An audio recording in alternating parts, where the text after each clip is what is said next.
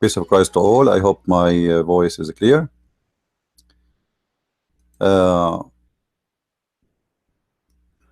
Today I opened my Facebook and I found a Muslim post made by a Muslim, and the post saying, I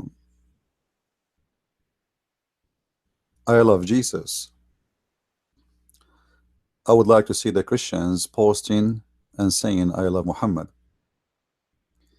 You know, it sounds like friendly and nice to say of a Muslim and sound like something peaceful, but is it really what it is? Or it is just to see to deceive you and to play you and maybe to move your emotion and make you feel like, you know what, I want to give this Muslim a hug, but they are asking you not for a hug, they are asking you to hug Muhammad. And I searched in the internet and I found an article made in CARE, and you know CARE is an organization established by terrorists, and they are even deported from USA. The founder of CARE is a member of Hamas. And I found an article here. It says, Jesus and Muhammad are brothers. First of all, I want to apologize for having this name in the title of my video. For sure, I mean no insult to my Lord. And actually, I consider this is an insult to the Messiah. And it's not something good. However, as long as the Muslim they mention it, we have to refute it. No, I am not in Paltalk. And just take a note, please, guys. You know, I don't go really to Paltalk unless I have something to do.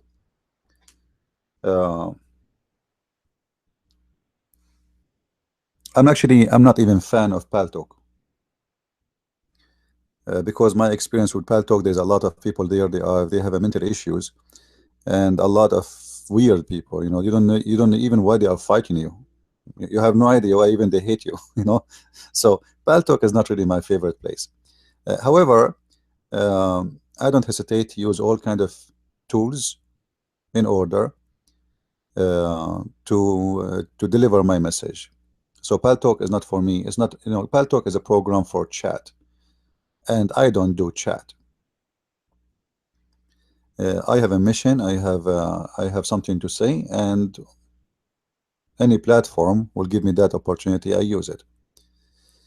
But I'm not really in favor of Paltalk. Paltalk, for those who do not know, have a big section for porn. Maybe you do not know because maybe you never thought about it. So Paltalk is not really even a good program. You know, you have to be careful if you have kids at home and if you are using Paltalk. Anyway, this is not our topic. Subscribe to this channel, Christian Prince, and we have the other one, which is Arabian Prophet. I will post a text using Arabian Prophet name. Subscribe, because soon we will start broadcasting there too. Here we go.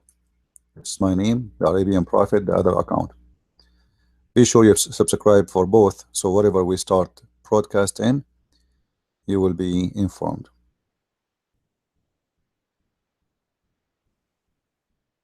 And actually, next time if we have a debate with a Muslim, you better not to go. If we want to go to his room, I think it's better not to go to the room of the Muslim. I will go because I have to debate him. But you people, you should come to YouTube as long as we are broadcasting in YouTube, because people, they complain about the Muslims giving redda to the Christians. And then I start receiving PMs from everybody saying they dot us, and you know, like I'm debating the guy, and then pop-up windows come from like crazy. So I put myself in this, then don't disturb. So if you don't like to be dotted, and Muslim they will dot you, first of all, don't go to Muslim rooms. Secondly, you want to watch the debate, go to YouTube. As simple as that, and there you can chat and nobody stop you. But it wasn't really right. That's everybody is sending me a PM asking me, we are dotted, and like I spent 5 minutes just closing the PMs, and each time I close one, another one open. Now we go back to the topic. Jesus and Muhammad are brothers. Before I go there, you know, for sure here they don't mean brother from the same parent or mother. No, they mean that they have the same mission, they have the same target, they serve the same God. The brotherhood here is a brother of religion, not a brother of lineage. So is it true that Jesus really is the brother of Muhammad? If you read the article here, I'm not sure if it's clear. The text, they are not using really dark text. The Muslim, they try to make you believe that Quran speak good about Jesus, and because of that, Muhammad, he spoke good about Jesus. Therefore, Muhammad must be a person who considers himself a brother to Jesus.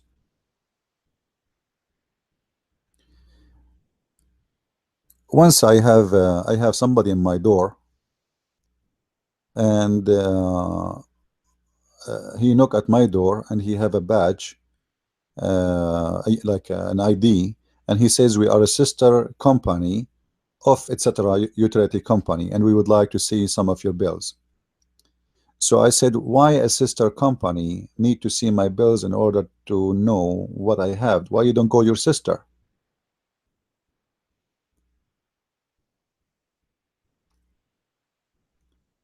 So obviously this guy is a scammer.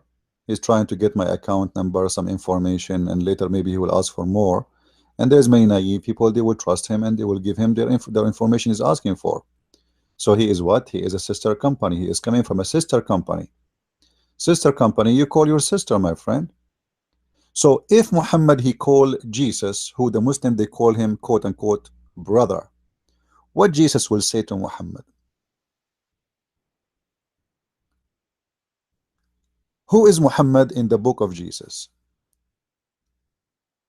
Who is Muhammad in the court of Jesus? Because remember, even Islam considers Jesus as the judge of judges, and he is an absolute just.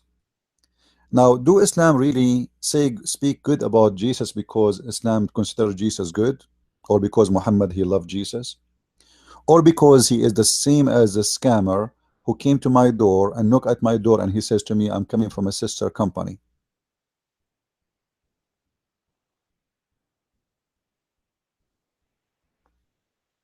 You know what I mean? If somebody want to scam you, he will not come to you and say, I'm a thief. If somebody want to fool you, he will not come to you and say, hey, I'm a criminal, I'm going to steal your credit card. He will not do that. He have to come to you in a clothes which you accept. So Muhammad, he have no choice except to wear uniform. And you will see Muhammad, he changed his uniform. Sometime he is a Jew, sometime he is a Christian, sometime he is a Sabian. It depends who is the one he is talking to, because he's a scammer. And I will give you an example. Let us switch to Arabic.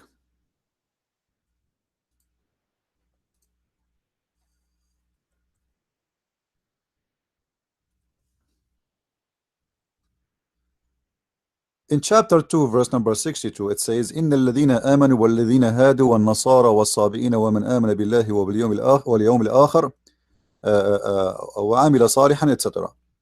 What this verse is saying exactly? Let us read and see the Muslim translation. Those who believe in the Quran, that's mean the Muslims. This is whatever you see between brackets, Muslims, they put it there, it's mean it's an addition, it's not there. But he's trying to tell you what he meant. And those who follow the Jewish scriptures, and those and the Christians, and the Sabian, and any who believe in Allah and the last day, and work righteousness, shall have their reward with their Lord. Hold on. This verse is totally the opposite of the whole Quran. But in this stage, Muhammad, he was trying to play the scammer so he can get inside your pocket, inside your house, and he can fool you and say, I'm not against you. So look here, the collection of religions Muhammad, he is putting together, or let us say the collection of beliefs. Whoever believe in the Quran, those are the Muslims. Then whoever follow the Jewish scriptures, those are the Jews. And the Christians, because we believe in the Jewish scriptures too. And here he add, and the Christians. But he did not stop here. He stopped with the Sabians. And that is exactly what I need to prove to you, that Muhammad is nothing but a scam. Because how the Sabians, they will go to heaven? The Sabians, they worship stars and they worship gods, not one God. Some they will say to you there is two kinds of Sabian, there is Sabian, etc. We know exactly Muhammad is talking about who. Sabians are Sabians. Actually, the Quran in different locations speak about the Sabians, but because Muhammad is an ignorant, he have no idea what he is talking about as usual.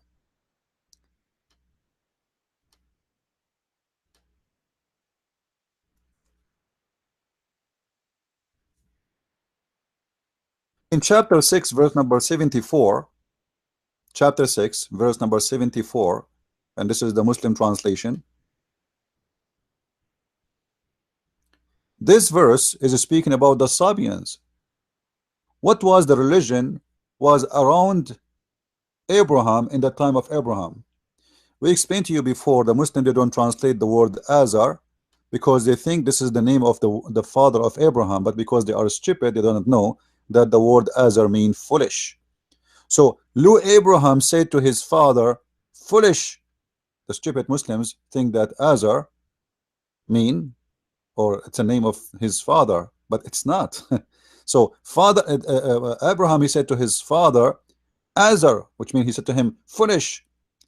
Are you going to worship idols, gods? Huh? Those are the Sabians. According to the Quran.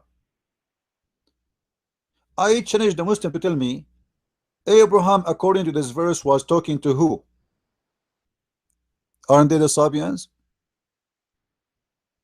So how the Sabians here, they are kuffar, they are people who worship idols, they are bad, and Abraham, he don't want them, and yet, in different verse, the Sabians will go to heaven.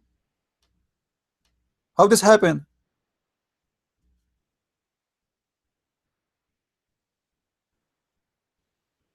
But Muhammad as a scam, you know, Muhammad is the same as someone, he work in politics. He is Democrat with the Democrat. You remember Obama? Obama, he went to Jerusalem, he wore the Jewish hat and he was praying in the front of the temple. And even he wrote a paper and he put it in the wall, as a tradition of the Jews they do. When he spoke to the Muslims, he was a Muslim. Allahu Akbar, Alhamdulillah, wa la hawla bismillah, you know, and he started quoting Quran. When he speaks to Christians, he's a Christian. He went to Christian church, African Christian church, and suddenly he became a good believer. When he's with the atheist, he make fun of the Bible. When he is with the gays and lesbian, he is a gay and homo. That's exactly Muhammad. Muhammad in this stage was trying to collect as many as he can to fool. So with the Sabians, he said to them, don't worry, Sabians, you are good, you are okay, you will go to heaven. Okay, well, hold on. If the Sabian and the Christian and the Jews, they are going to go to heaven based on this, why we need Islam? Anyone can tell me? Why even we need Muhammad? Are you getting my point? If this verse is accurate, and those look how stupid Muhammad is in this scenario, and those who follow the Jewish scriptures, don't the Muslims, they say that the Jewish scriptures and the Christian scriptures are corrupt? How you can say to them, if you follow it, those who follow it, they go to heaven, if they don't have it, no more?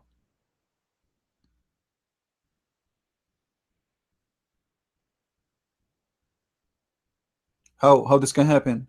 That's mean they have it.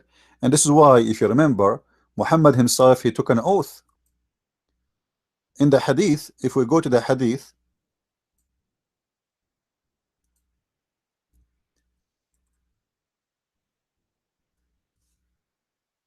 Muhammad, he took an oath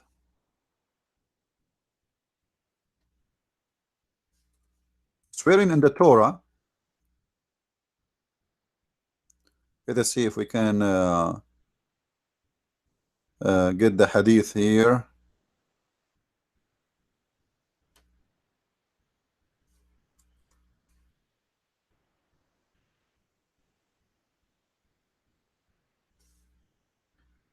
Uh,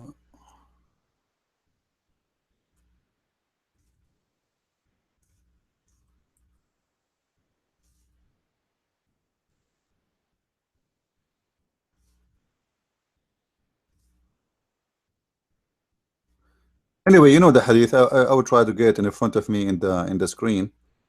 This search engine sometimes is not really too much accurate. Anyway, so Muhammad he put his hands over the Torah and he said, I swear by thee and the one who sent thee. So Muhammad he swear by the Torah, and he said, I أقسم بك وبمن أرسلك. He placed his hand over the Torah and he said, I swear by thee and the one who sent thee.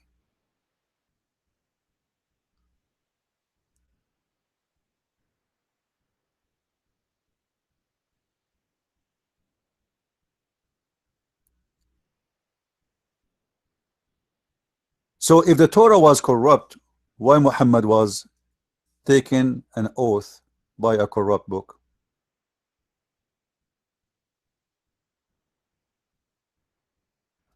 That's for sure a question Muslim don't answer, cannot answer. And actually, once in a chat room, there was a guy. He's you know, he's a very stupid.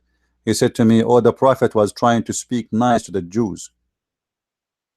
The Prophet was trying to be nice to the Jews, which means the Prophet is a hypocrite, because you don't take an oath in a false book, and the excuse is to be nice."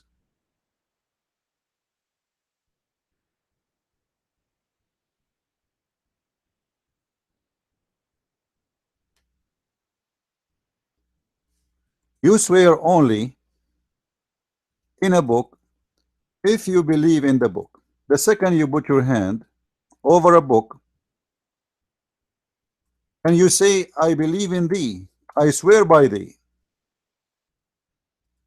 that's mean you believe in this book, and there is no way that your claims are accurate. If you go to any Muslim website to see how the Muslims answer this issue about Muhammad swearing by the Torah, they will give you the most funny answers ever you can imagine. I'm just trying to find the hadith. I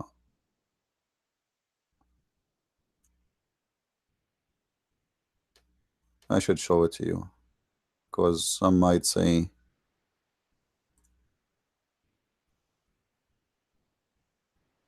here we go.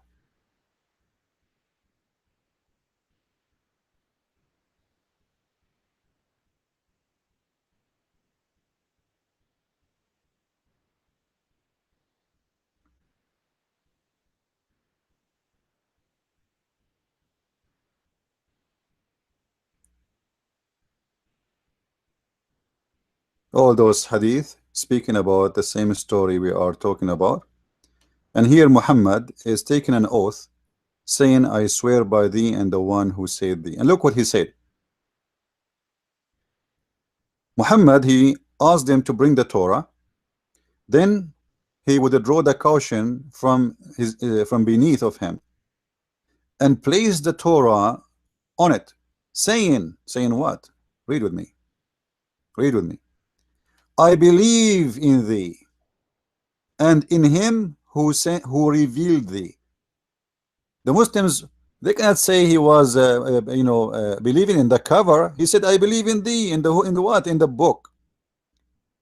And this is a clear proof that Muhammad, he is saying this book is absolutely accurate, and not only is taking an oath in it, he is witnessing that I believe in thee. So the Muslim, when they say to us the Torah and the Gospel are corrupt, That will be contradicting to their prophet behavior. But here, as we told you before, Muhammad is a hypocrite man. With the Jew, he is a Jew. With the Christian, he is a Christian. With the Hindus, he is a Hindu. With the Buddhas, he is Buddhas. With the atheist, he is an atheist. He is everything. If you remember, when the Quran speak about Muhammad bowing down, do you remember the satanic verses? If you remember the satanic verses, Muhammad, he bowed down to the satanic verses, to the idols, and worship them. And his excuse is Satan, he threw those words in the tongues of Muhammad. And the Muslims, they try to deny what happened there. They say, oh, hold on. This is not really, you know, not what the verse is saying. Let me see. But the verse in the Quran is so clear, and it's enough to get Muhammad busted. You see, this search engine sometime is not good. I'm not sure. Anyway, chapter 22, verse number 52, if we go to the translation. Muhammad, to give himself an excuse of being a satanic messenger, he said, never did we send a messenger or a prophet before thee, but when he framed a desire, Satan throws some. Huh? It doesn't say some. Where is some? This is the translation. Yeah, we'll go. In his desire. What desire? How he can throw, how somebody he is a prophet of God, Satan can control his tongue and his desire and make him say something should not say. And look, if the Muslims, they say that Shaitan did not give Muhammad satanic verses, then they have to explain to us this part of the verse where it says, but Allah will delete, not will cancel, will delete anything Satan he throw in where? And Allah will delete it from where? Obviously, the satanic verses is part of the Quran. So Muhammad, in this scenario here, he's trying to make himself like, you know, okay, you know what happened, and Shaitan, he was able to throw words in my mouth, and I bow down to the idols, and the Muslims, they were so disappointed because he was saying to them, we should not worship those idols. But when he was alone with the pagans, and he is a pagan, one of them, he was bowing down and he was praising the daughters of Allah. So the news reached out to all the Muslims around, and they noticed that he is being a hypocrite. So Muhammad here, he decided like, oops, what I did, I have to fix it. And how I can fix it? So he claimed that what happened, that Shaitan, he throw in his mouth satanic verses. And because he threw satanic verses, it's not his fault. And always Muhammad, when he want to defend himself, he use Allah. Allah is his shelf. He's in the kitchen. He go right away to the shelf. He gets something from Allah. So how Muhammad can defend himself after he did what he did?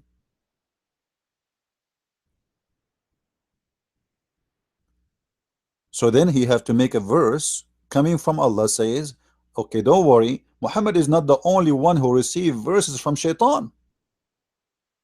He's not the only one. All the messengers before him. And this is very funny. Can you name for me, Muslims, one messenger before Muhammad received verses from Shaitan?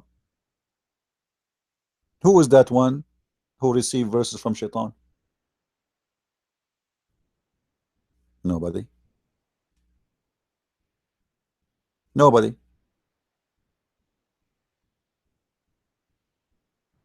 So in Muhammad, in order to defend himself and to wash his hands from being exposed and make himself like, I'm not guilty, it was Shaitan, he put some, you know, something in my mouth, so Allah, he will take it off. But guess what? That will contradict the Quran in different place. In different place, the Quran says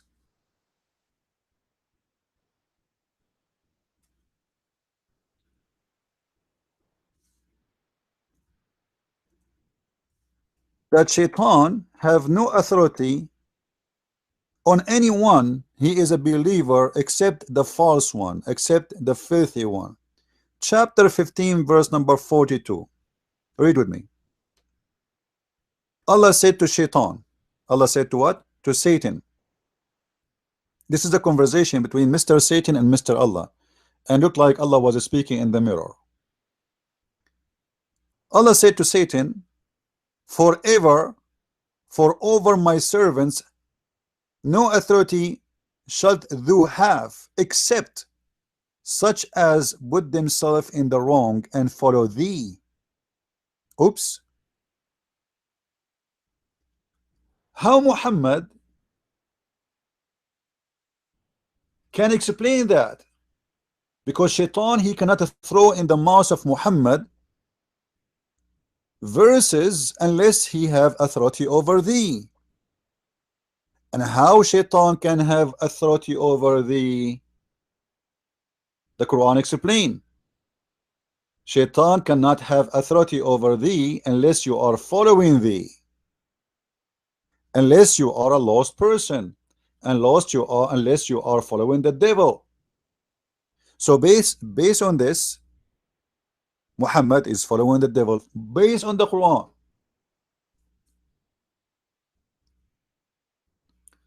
This is how funny and stupid Islam is. When the Quran admit that Shaitan, he throw in the mouth of Muhammad satanic verses. You can change the translation, by the way, if you don't like this translation. As I said, all of them I don't agree with them, but I use those scumbag translators, liars, just to prove my point, so Muslims don't say I'm making my own. And we did not send before you any apostle or prophet, but when he desired, the Shaitan made a suggestion. What the Shaitan he suggest to him? Did Muhammad follow or he did not? Yes, he did. Because if Shaitan he just suggests something and I did not follow it, I do not need to cancel it. You see, Allah will cancel what Shaitan cast. That means Shaitan was successful in his cast. If, let us say, if me as a normal person, I'm not a prophet or anything, I'm not even, I cannot call myself good, you know, I'm maybe less than any of you. If Satan, he tried to tempt me with something and he cast in my mind something, do God need to cancel it? I mean, if I did not obey Satan anyway, cancel what? What do you mean to cancel? How you can cancel something nobody follow anyway? Unless Muhammad, he took what Shaitan gave him and he practiced it. And actually all the books, Islamic books, confirm that Muhammad, he did follow the cast of Shaitan. And this is why the Shaitan was able to give Muhammad the verses, and then the Shaitan, the same Shaitan, now he changed his name. You see, Shaitan have two names. Sometimes he appear as Allah, sometimes he appear as Shaitan or Satan. So Allah now wanna make us relax, because Muhammad get exposed.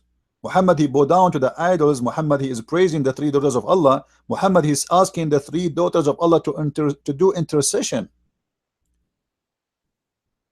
So now Shaitan or Satan, he changed his uniform. He came back as Allah and he says, okay, don't worry about what Muhammad did and what happened to him. This is normal to happen. All prophets before him, they have the same problem. Shaitan, he cast in their mouth words. Okay, don't worry, I'm going to cancel it. Question to the Muslims: what Allah cancel from the Quran? In other way, satanic verses Allah cancel. As long as the Muslims agree that Muhammad was under the influence of Shaitan and he cast in his mouth satanic verses, and Allah says, I will cancel it. Okay, what he cancel? How we know what Allah will cancel? Why Allah don't say to us what he exactly will cancel? And how we know that this verse itself is not coming from Shaitan? Because if Shaitan was able to throw in the mouth of Muhammad verses, he can throw this verse too.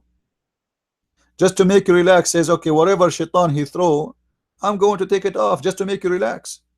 What is our guarantee that this verse we are reading in front of us on the screen itself is not made by the devil? Now, going back to our topic about Jesus being the brother of Muhammad,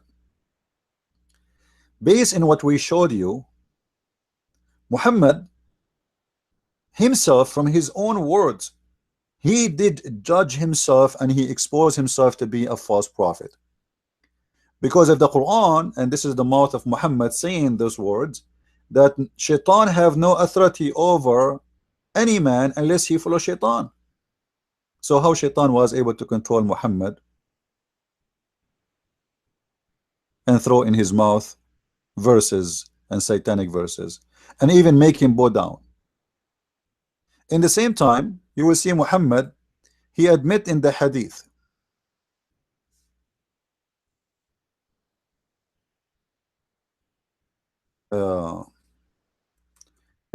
Muhammad mentioned that every human being he have a shaitan. Every human being have a shaitan. And they ask him, Muhammad, even you? Even you? He said, even me. But look what he said about the Satan which is belong to Muhammad.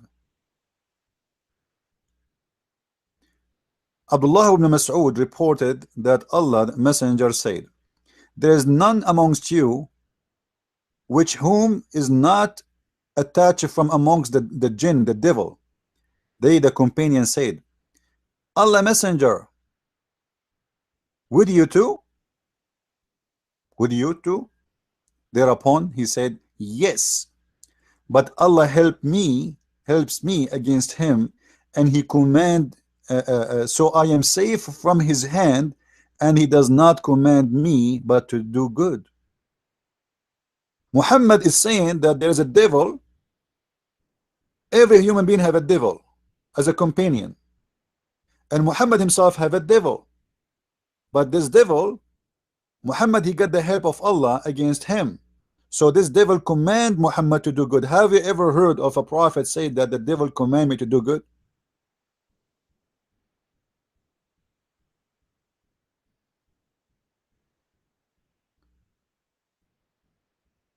Since when?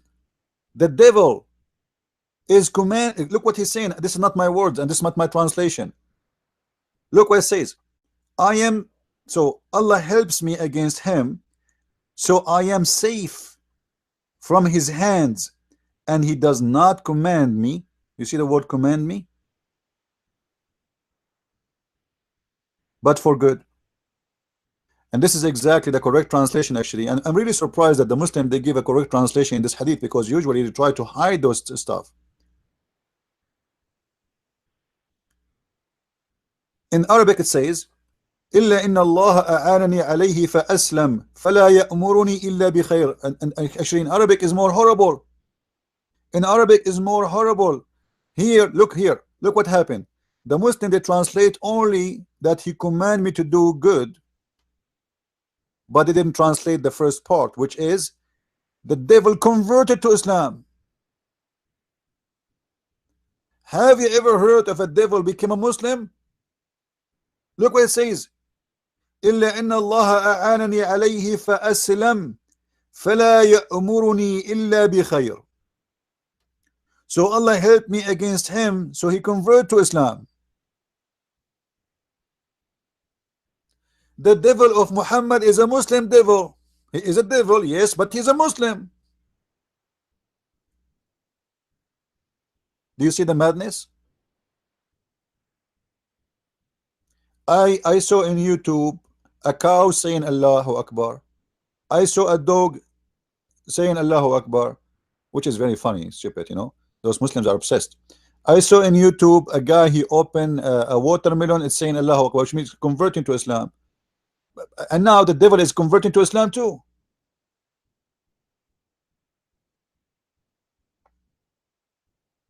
Now what Jesus said about the devil,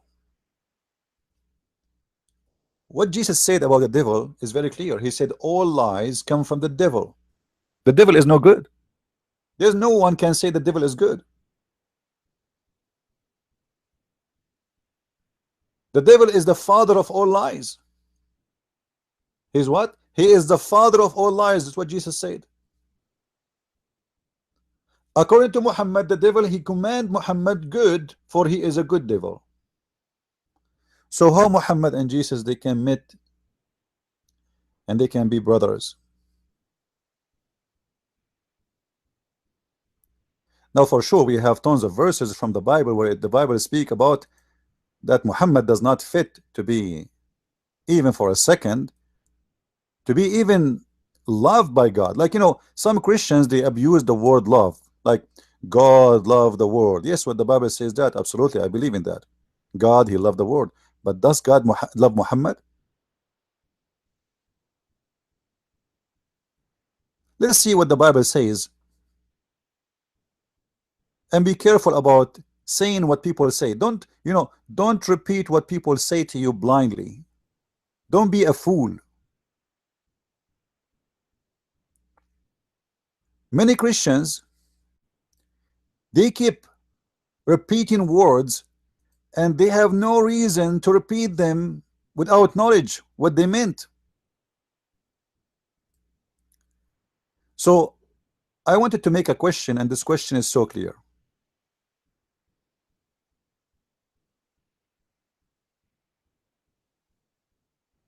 Does the Lord love everyone, including Muhammad?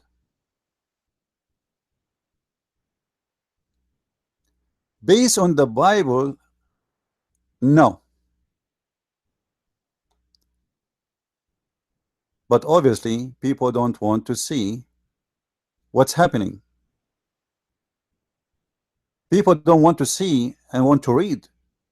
They want only to read a verses they like, and they ignore the other verses which they don't want to talk about.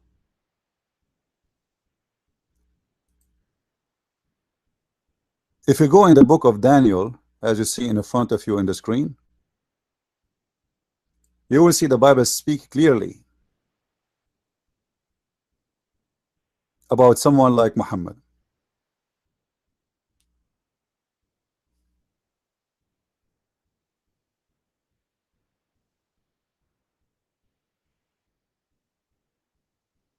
Did Muhammad kill Christians?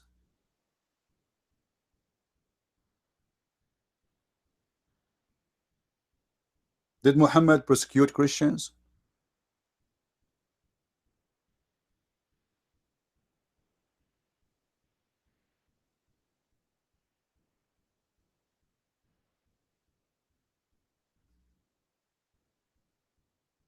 Did Muhammad say in the Quran in chapter 9 verse 29, fight those who don't believe in Allah from the Christians specifically and the Jews?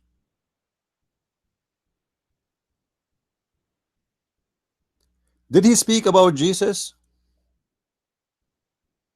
in a way which is against Jesus? Yes, he did.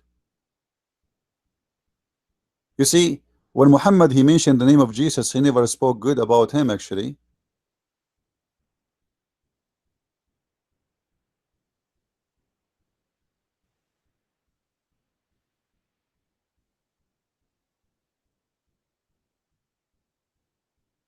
Muhammad,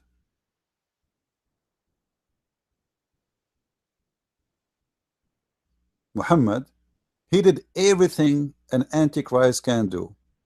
And one of the most important things an antichrist can do is this.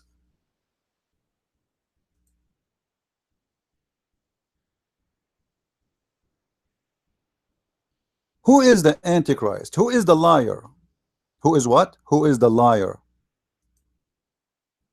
Who is the one is calling the word liar? Like when we speak about the liar, who is the liar here? Who is the one deserve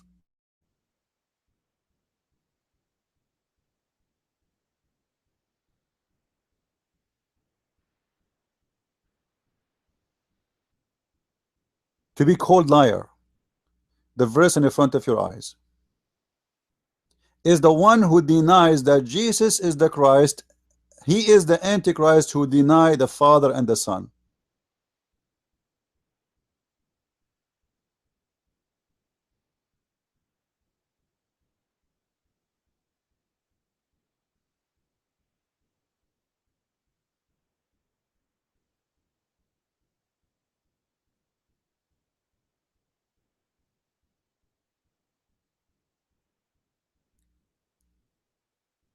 Isn't it clear?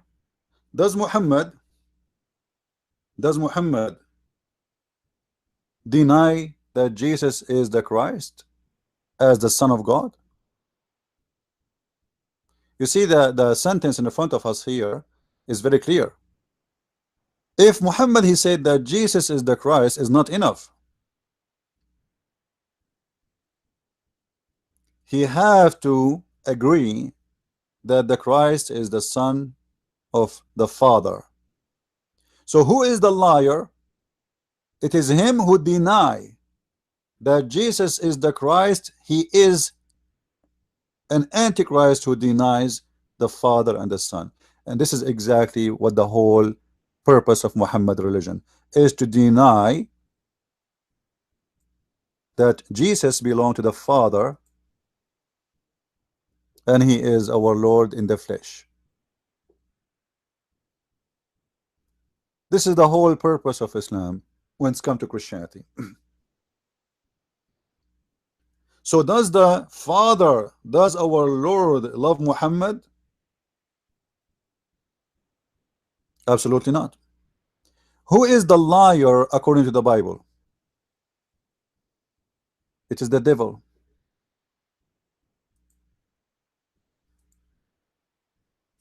Satan is the father of all lies. So does the Father, our Lord, love Satan? Absolutely not. Him and his followers will be cast in hellfire.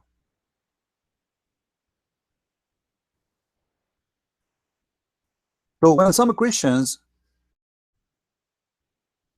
say that the Bible say that the go and like the Father he sent his Son because he loved the whole world. Yeah, he loved the whole world to give them opportunity to be saved. This is what love here is about. Love here is about he loved to save you. But what about someone he is himself a deceiver and he deceived millions of people?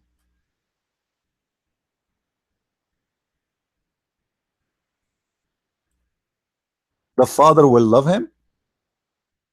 What if someone he fight and he kill millions of Christians,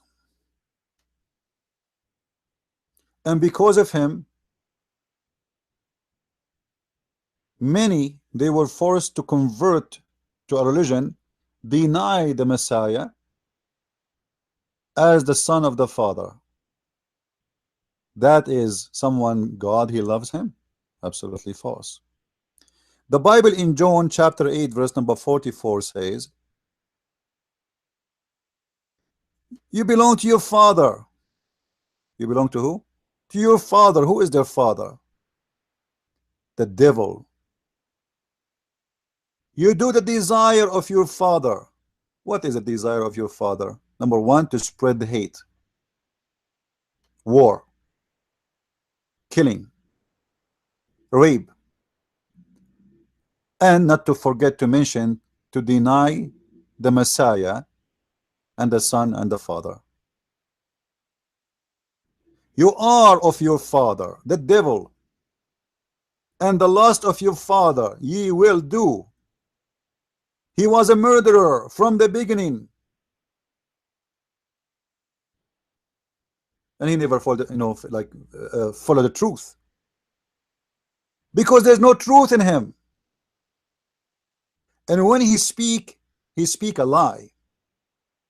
He speak from his own, for he is a liar and the father of it. Who is the one who's talking there? That's our Lord.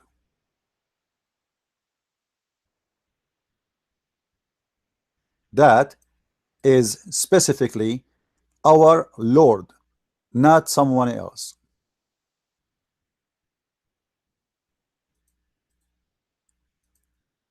And I find that this verse specifically is perfectly made to speak about someone like Muhammad.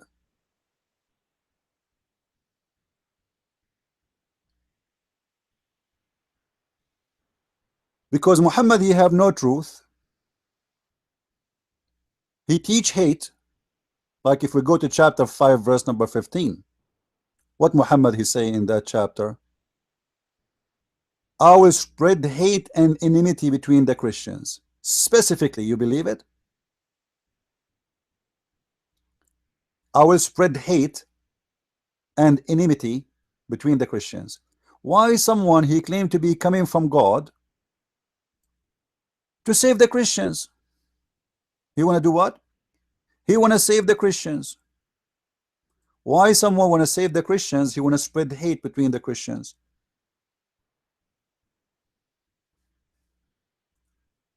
How this can happen? What is the purpose of salvation of spreading hate between the Christians? Is that will save them? No. Is that will make them hateful? Yes. Is that will make them good? Absolutely not. So what the purpose of spreading hate between the Christians? What is Allah trying to accomplish by spreading hate?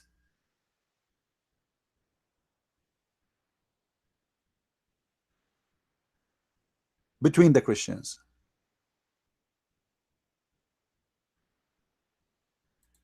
I challenge any Muslim to tell me what the purpose, what for, how this can happen.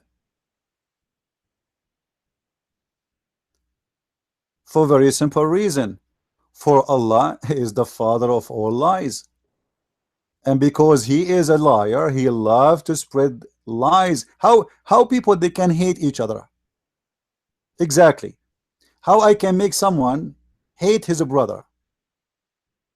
Like what? What I will do exactly?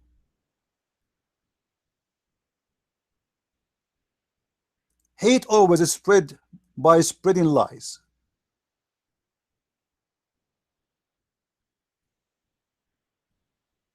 Truth does not bring hate. Unless I make two people, like spread lies between them, say this guy he wanna kill you and this guy wanna kill you, so each one of them they will go against each other and they will kill each other. And then they will start hating each other. So what Allah will do,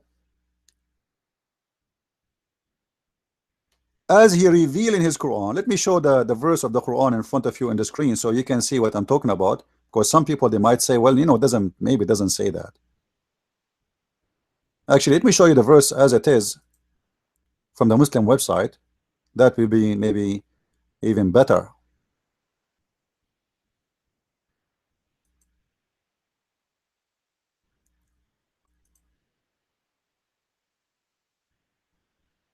From those two who call themselves Christians, we did take a covenant, but they forgot a good part of the message that was sent to them. So we string them with enmity and hatred between one another to the day of judgment. Hold on.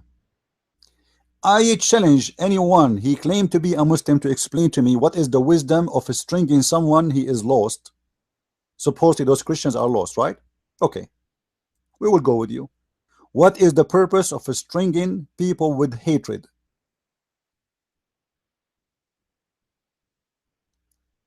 Have you ever heard of a doctor like Allah? You see, when you go, let us say you are a person who have, the Muslim, they say we have Islamophobia, right? Don't they say that? They say we have Islamophobia. I find it very funny. I found that the one who is Islamophobia is those who know too much about Islam, which they should not know.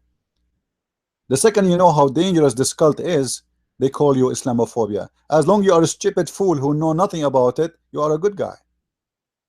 So now, let us say someone he have an Islamophobia. Based on this verse, the hate is coming from Allah, if Islamophobia is true. But look how evil Allah is. Allah said he will spread enmity and hatred between the Christians. You see, between one to other. Who? The Christians. This is why I find those who divide the Christians between Catholic and Protestant, they are serving without knowing the devil of Islam. The Satan here is speaking his plan, my friend. Can't you see it? The Satan Allah is speaking his plan to you.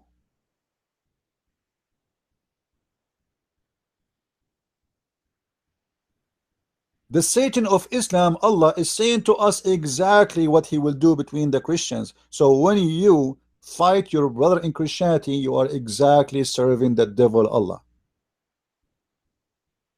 This is why you will never see Christian prince approving anyone he divide the Christians.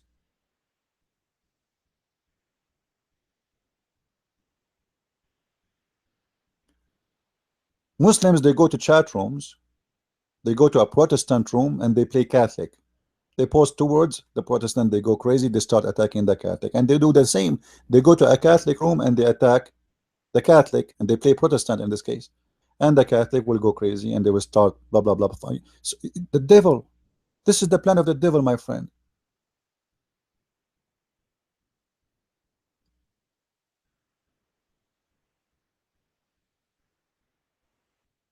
A true Christian, he don't need to agree with someone is wrong, regardless if it's a Catholic or not. But don't fight and don't serve the devil and don't say lies about them, because then you are a liar. Like I saw a scammer liar. He was saying that the Catholic is the one who established Islam. They are the founder of Islam. But the fact, nobody fought Islam as much as the Catholic. Who is the crusade? Who is the crusade? If the Catholic is the one who founded Islam, who is the crusade then? Madness, stupidity. I saw one from the Seven Adventist cult saying that the Catholic, Khadija was a Catholic. You believe it? And she was a Catholic nun. And Khadija, she have 3 husbands, you idiot. She have tons of kids. She have a truck of kids. Those people, they are serving Allah, spreading lies between us as a Christian so we can be divided.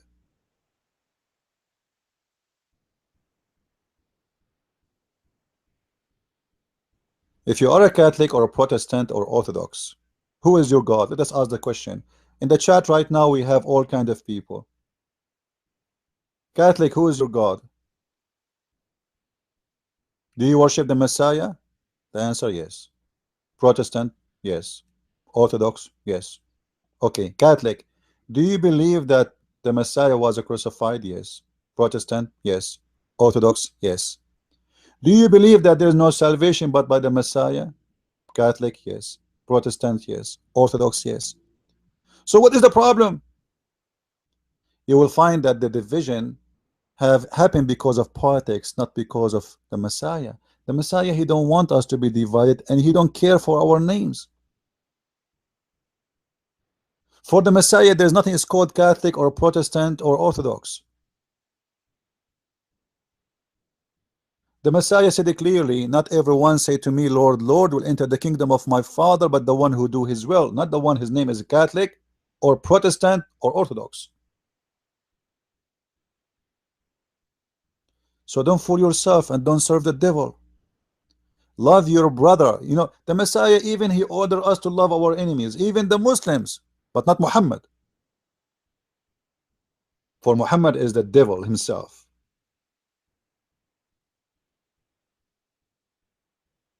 So you teach in your church that you should love Muslims, but you don't teach in your church that you should love the Catholic or the Protestant. That's a shame. We as a Christians, we've been ordered to love everyone except the devil. And Muhammad is the devil. And the proof is in the front of your eyes. Because if Muhammad is not from the devil, he will not say such a thing in his Quran. And we know that he is the one who's making this verse. He will spread hate and enmity between the Christians. This is the plan of the devil. This is not the plan of someone is good. He have a good heart, or he have a good will, or he's trying to save humanity from hatred. Can we save humanity from hatred by spreading hatred? No.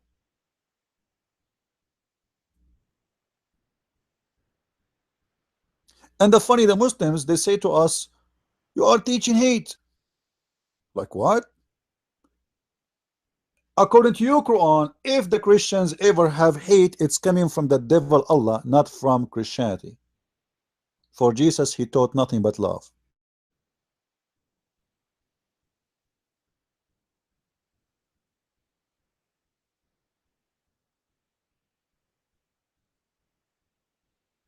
That is the message of Islam, my friend. It's in the front of your eyes.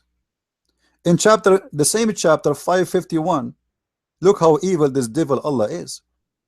The same chapter, we are in chapter of Al-Ma'idah, which is chapter number 5. Look what he said. Oh, who you believe, take not the Christians and the Jews and the Christians as your friends or protectors. Have you ever heard Jesus saying, don't take someone, don't talk to someone, don't be nice to someone, don't be hate someone just because he is not a Christian, he is not following? That's absolutely false. That's a very hateful teaching. If you cannot take me as a friend or a protector, what you will take me then? The answer is very simple. They are the enemy.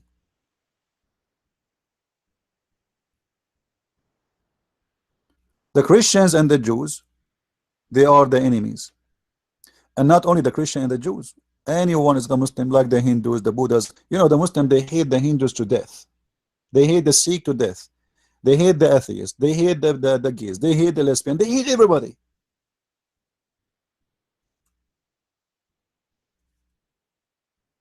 Because this religion is born of the devil. It's based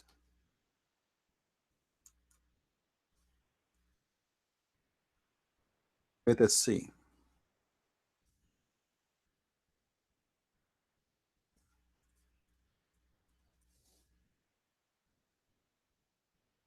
In chapter 60 verse number 1, look what the Quran says.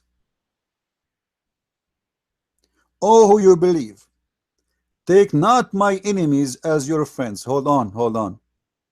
Someone will take you as a friend. Allah have an obligation. Allah have a problem here.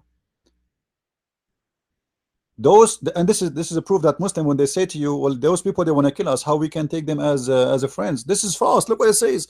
Oh, who you believe, take not my enemies as your friends. How they want to take you your friend if they are an enemy? They are the enemy of Allah, not the enemy to you, which means they reject Islam. That will make them an enemy. So Muhammad is saying, take not my enemy, not your enemy. They are not enemy to you, they are friends to you. Take them not as a friends or protectors, offering them your love. Do you see it, guys? Do you see it, or I'm making things up? People in the chat, do you see what I'm saying? What I'm reading? This is not my Quran. This is the Quran of the devil himself, Muhammad, the creator of the Quran. Oh, you believe, take not my enemies and yours as a friends, offering them your love. You cannot offer love. Islam cannot offer love to anyone. He is not a Muslim.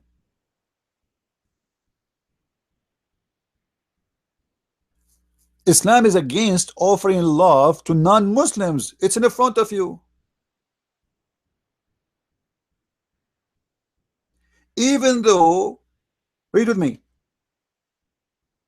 they have rejected the truth that has come to you and have driven out the prophet and yourself from your homes. By the way, hold on. How they want to take you your friend and how they drive you out of your homes? It's a lie, because there's no way somebody drive you from your home. He want to take you as a friend.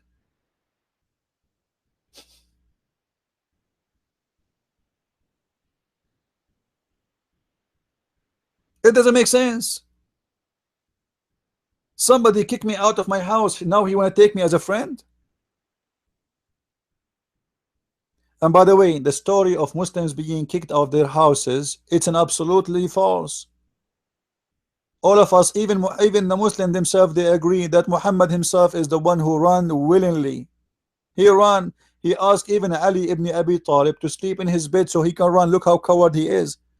They claim that they were watching his house, and the Muslim claim that they have a plan to kill him, but nobody did anything. Nobody even attacked Muhammad. That's a lie. But look how coward Muhammad, based on the Muslim stories, he asked a child like Ali to sleep in his bed so he can run.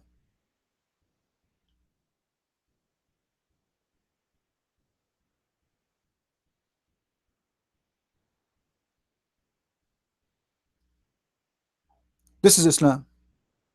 You cannot offer them your love.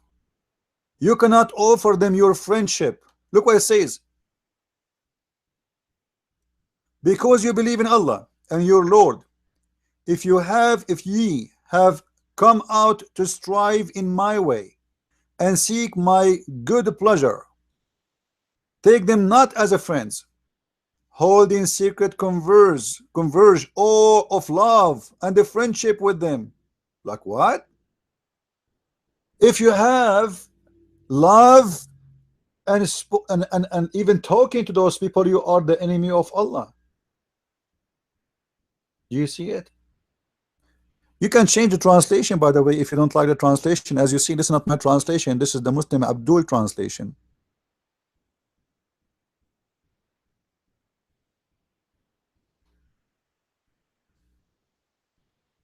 Choose any translation you wish. All of them, they are false anyway. As you see, the Quran is full of this garbage of hate.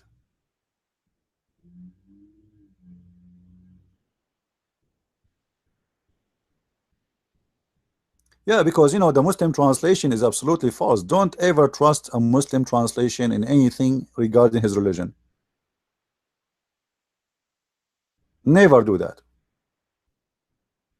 So if we go back to the Bible,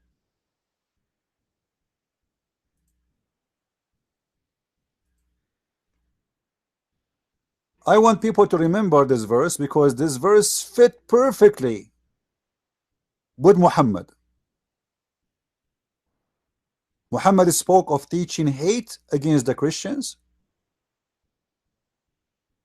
He want to kill them, chapter 9 verse number 29, and the Jews too. He promised the Muslims that if you go and kill the Christians and the Jews, Allah will make your penis endless. And that alone is enough to prove that Muhammad is a perverted minded devil man. He promised them endless number of virgins for every 40 days of fighting for the sake of Allah. 70,000 virgin for every 40 days you fight for Allah. So imagine if you fight for 10 years, how many billion women you will have in your bedroom. And that's absolutely proven to us that not only Muhammad is not a brother of Jesus, which is an insult to us to say so, he is an antichrist by teaching, not necessarily as a person.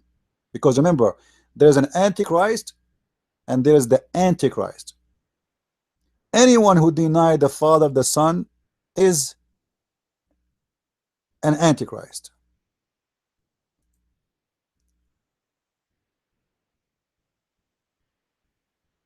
And Muhammad, he is a leader in the antichrist world.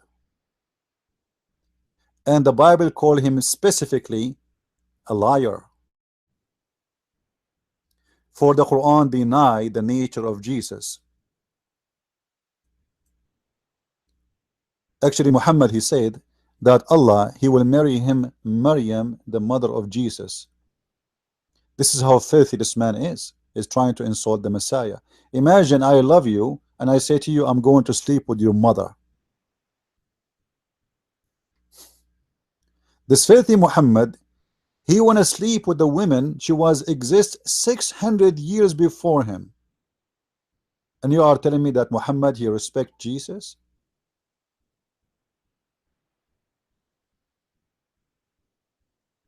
Is that how much respect Muhammad he have? And not to mention that not only Muhammad he mistaken in understanding Christianity, because he is a liar and he's a false person.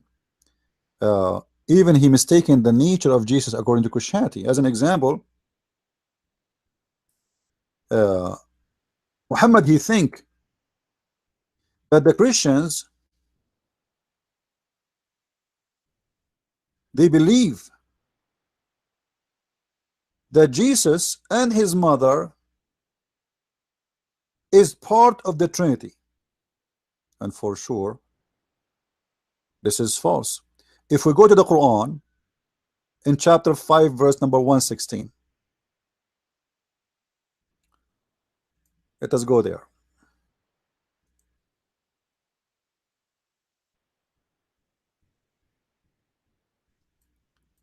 And this is the translation of the potato Yusuf Ali. And behold, Allah will say, O Jesus, the son of Mary, did you say into men, worship me and my mother as gods instead of Allah, or beside Allah? Like what?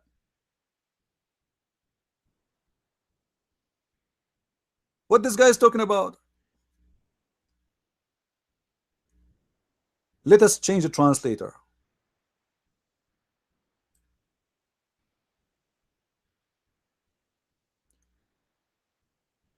And remember, between two brackets, when Allah will say, this doesn't say will say, this is guy so stupid. This translation is so stupid, because this is the verse in the Arabic is coming in the past, not will say, you idiot. What a dumb translator. In Arabic it says وَإِذْ قَالَ اللَّهُ. Qala, it's a past tense. It's not the future. Dumb Muslim trying to translate. Look like he was using Google maybe. Let us go to Shakir. And look again, and when Allah will say, like where it says when Allah will say, it says he said. Unbelievable.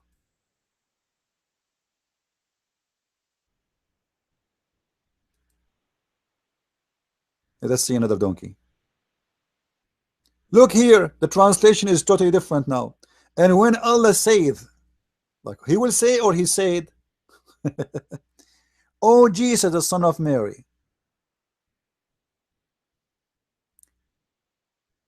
This guy, he put the word beside Allah. Beside Allah. The Quran doesn't say that. The Quran says min dunillah, instead of Allah. I mean, can you find me one Muslim translate the Quran and he is not being a donkey? Not even one. For very simple reason, none of those who translate the Quran are an Arab. You believe it? Yusuf Ali, Muhsin Khan, Potato, Tomato, all of them, they are not Arab, but yet they are translating the Quran from Arabic to English. Thank you for the computers and the software. So what the Quran teach, that the Christians believe that Jesus confess in front of Allah, saying, I did not tell the people to worship me and my mother as gods. Now can you name for me one Christian sect worship Mary as God? Some will say to you, well, the Catholic, they pray into Mary. That's false. That's false. What the Catholic they do, they ask Mary to pray for them. They don't pray to Mary. How many of you ask your friends to pray for me? Like you say, pray for me, please.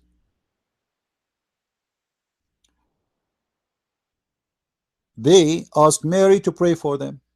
I don't agree with that. You know, I do not need Mary with my love and respect to Mary, because we have the Lord directly to speak to him. However, it's okay. We ask our brothers and sisters to pray for me. I am sick. I say, guys, pray for me. It's fine. If we are qualified to pray for someone, is Mary qualified? Absolutely. So obviously the one who made the Quran, he have no idea what Christianity is about, and he have wrong of the wrong. Actually, in here in this verse, there's no Trinity. Here there's two gods. and that is Jesus and his mother. So where is the third? Where is the Trinity? Who is the third? In different verse in the Quran, Muhammad, he do another poo as usual, because Muhammad is a perfect poo maker without a machine.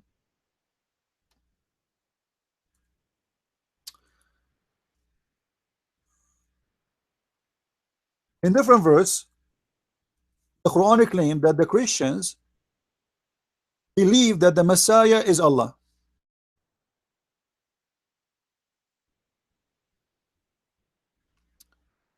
Read with me.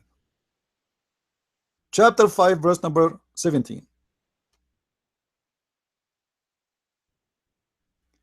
In a blasphemy indeed are those who say that Allah is the Christ. Hold on. The verse before it, you just said that they worship the Messiah and his mother as two gods. Here we have only one God, and that is the Messiah, who is Allah. What happened to the Trinity, and what happened to Mary?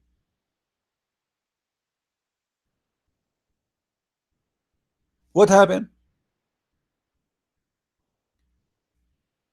Based on this verse, the Christian believe in one God. And the only stupid thing, Muhammad, he said that we believe in Allah. We don't believe in Allah anyway. There's no Christian who say that Jesus is Allah. Somebody will say to me, like the Arab Christians in the Middle East, they are using the word Allah when they speak about God because they've been forced to. But no Christian really believe that Allah is our God anyway. And no Christian believe that Jesus is Allah. However, let us go with the conversation. If the Quran confirmed that the Christians believe that the Messiah is Allah, that means they don't believe in three, they believe in one.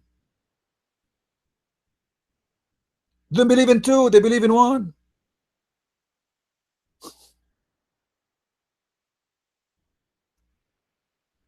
And look how Allah, he proved that he is the Messiah is not him. He says, well, if Allah he want, he can destroy Christ. Really? I mean, don't you think this is a very stupid argument to say?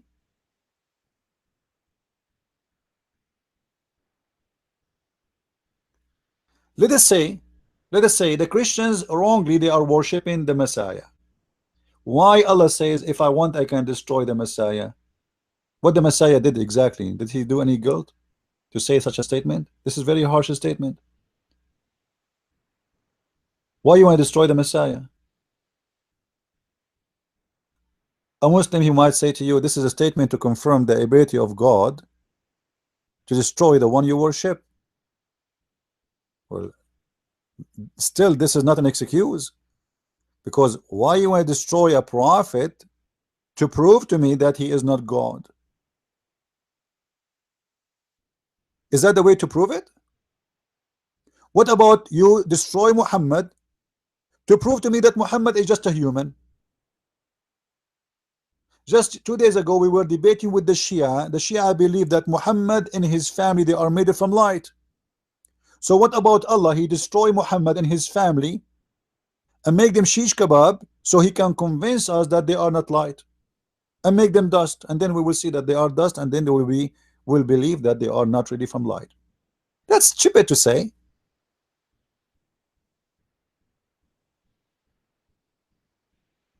And then you will see in verse number 18, the Quran says both the Jews and the Christian, they say they are the sons of Allah. We don't believe in the son of Allah. We believe we are the sons of God. And the word sons here have a meaning, have a metaphorical meaning. We are not really the sons or the children's in the meaning of father and son as a bloodline. Who is our father? Is the one who protect us, provide us. He brought us to existence, as simple as that, and that is the Lord. And look, the logic of the one who made the Quran, look how stupid he is. He is debating himself now. Muhammad, he asking the question, he answered the question by himself. The Jews and the Christian, they say, we are the sons of Allah and his beloved. Say, why then does he punish you for your sin? Like what?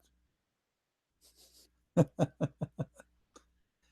Quran here teach that if you are a sinner, because you are a sinner, God punish you by the Muslims. Because you are a sinner, God punish you by the Muslims, and that can be found in different verses in the Quran, where he says, قاتلوهم يعذبهم الله بأيديكم, fight them, Allah punish them with your hands.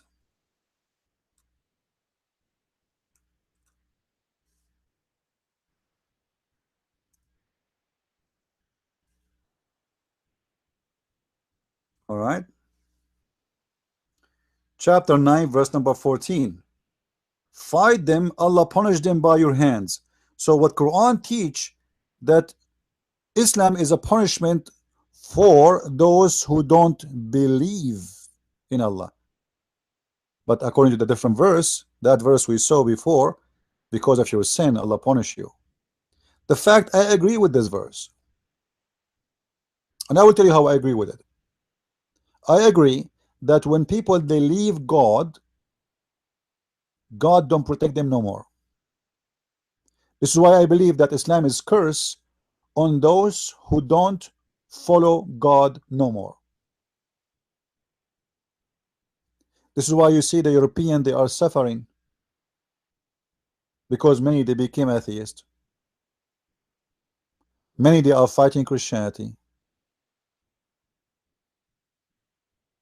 Many they refuse to have the Bible in their houses, and that make them very vulnerable for the Muslims to take over their children's. There's a vacuum in the house. The house is empty. God is not there. The devil is going to fill the space. This is why you see suicide, drugs, rape, killing, converting to Islam. All those are the symptoms of not being following the true God. When you desert yourself, when you divert, you stay away from God, God will stay away from you, because okay, he will leave you alone. No protection. He do not need to send Islam on you. No, our God is not evil the same as the God of Islam. No, but evil is there, already there. It exists. Evil is exist even before Muhammad is exist. So you stay away from God, your house have no protection. And the house here is not a wall and a window. The house is your, you as a human being, your family. You are easy. You lose your immune system. Even scientists agree that those who have a belief, they can fight diseases a lot better than those who they are atheist. It's a scientific fact.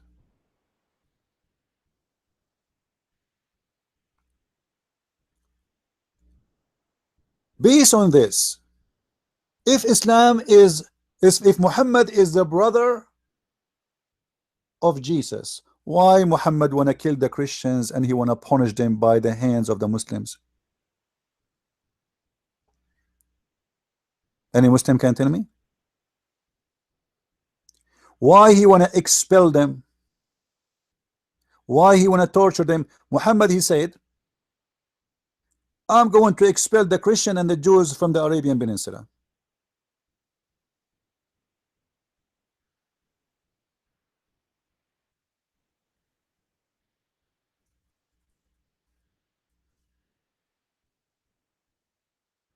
Do you see it? Muhammad, he said, narrated Ibn Umar ibn Khattab, he said that the message of Allah said SAWS, which mean shish kebab, aftermarket, waste, sewage, I'm not sure what, said, if I live, if Allah wills, I will expel the Jews and the Christians from the Arabian Peninsula. This is genocide. You see, the Muslims, and the other day I saw someone, he is a Muslim, he says Christians are criminals. Who is Hitler? The fact, who fought Hitler is the Christians, and you Muslim, you took his side and you fought in his army. Isn't it the Muslim from Bosnia and Albania and or the Ottoman Empire, and from everywhere they joined Hitler in his war. You forgot?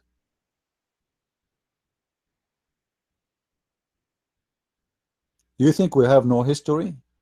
You think we don't read? Muhammad is the first Hitler in the old history. You see, Alexander the Great, when he occupy, he don't expel people. He occupy, he bring his army, he try to live with those people and try to make them citizen, to spread his empire. Muhammad, look what he said. If I live, if Allah wills, I will expel the Jews and the Christians from the Arabian Peninsula. Is that a prophet who is going to spread a message of peace? You expel them from their houses. Why? Why? Is that a merciful act? Is that a nice act? Is that a God teaching?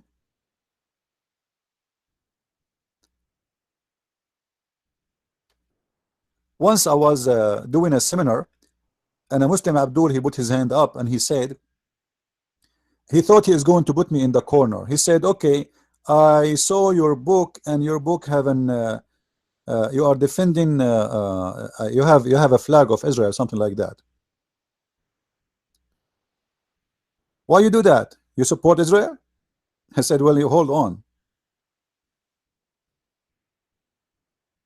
Your God, Allah himself, he ordered the Jews to kill the Palestinians.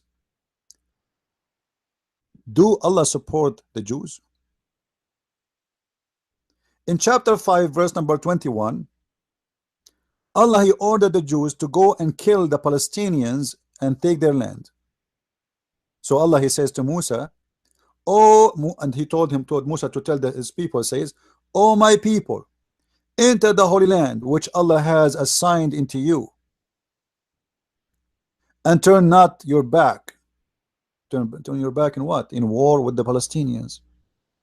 If you ask a Muslim why Allah he ordered Musa to kill the Palestinians at that time, they say it was okay. Why it's okay? They say because at that time they were not Muslims. At that time we can kill them, they are not Muslims. Islam is peace, my friend. Islam is peace. We can kill Palestinians as long as they are not Muslims. Based on this verse, Allah is the problem, not Israel and not the Palestinian. I will explain it to you in a very easy way. If Allah did not order the Jews to go and take Palestine from the Palestinian as the Quranic claim, there's no war today. Why Allah did not say to the Jews, go and take Alaska? It was empty. Actually, until now it's empty. Like the total population of Alaska, I think not even 500,000. Why Allah did not tell the Jews go to a place where nobody live? The Arabian Peninsula is empty. The desert of Syria is empty. There's many places. Why Allah told them to go and take that place? Based on the story in here. And this place have a Palestinian. And here I have additional question which is very important. Do Allah knew that one day the Palestinians they will become Muslims when he ordered the Jews to go and kill them?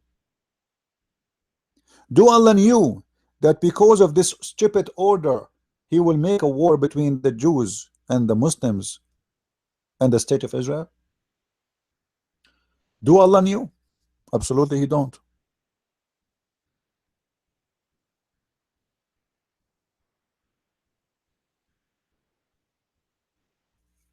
He don't.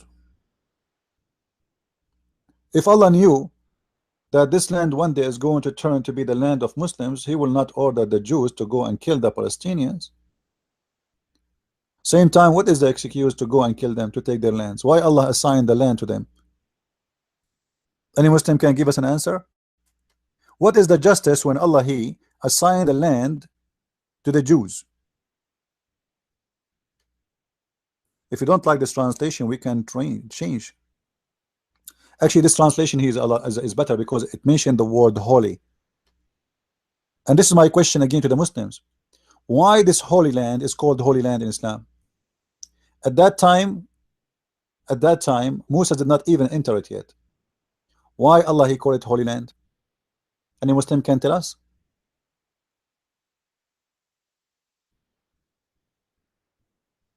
Why it's Holy Land? There was a Kaaba there. What make this land holy? Any Muslim can tell me? If you want to tell me because Muhammad he went there in the top of his horse, this is long before this happened, supposedly in top of his donkey. This is in the time of Moses. Why it's holy? Any Muslim here?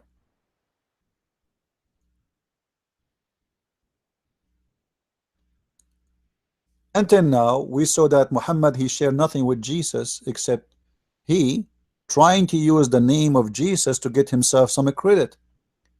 This is why the Muslim, as you see, the Muslim they try always to say that Muhammad is descendant from Ishmael, and there's many naive Christians in their churches they keep saying the same. They say Muhammad is an Ishmaelist.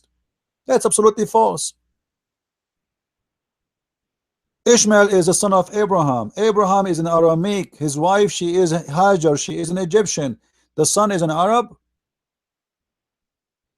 Imagine I went to China and I marry a Chinese woman and then I say I'm the father of the Chinese. That will be the most stupid ever thing you can even hear.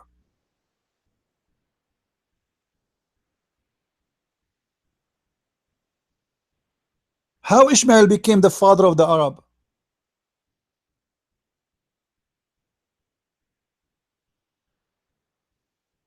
By the way, the Arab are not even an ethnic, and I explained that before in a video.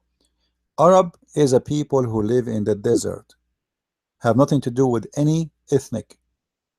Whoever live in the desert in the old Semitic language, they call him Arabo or Araba, like in the Hebrew Arabo, which means like the Bedouin. This is exactly what the Arab are. It's not really about an ethnic. This is why when you see today, you see Arab, you might see someone he have darker skin, someone he have blue eyes, they call him Arab. Someone who live in Iraq, they call him Arab. Someone who live in Syria, they call him Arab. Someone live in Egypt, but those are different ethnic. Egyptian are not Arab, they are African. Moroccan are not Arab, they are African. African are not Arab, unless they are people who live in the desert, and that's what it's meant. And today, normally, whoever speak Arabic, they call him Arab. This is how mixed up this idea of being an Arab. But the truth is, the word Arab is about people who live in the desert. It is not about an ethnic. And even Arabic word, Arabic language is not even exist. You see what we are reading in front of us is nothing but a mix of languages. Like when Muhammad he said, we made this book an Arabic book. Chapter 12 verse number 2. We made this book as an Arabic book so you might understand. Look at this guy, Yusuf Ali stupid. He says you may learn wisdom, but that's not true. لعلكم تعقلون, which means you may understand, because this is the language of the people. In chapter 13 verse number 37, and this is how we send it as an Arabic law.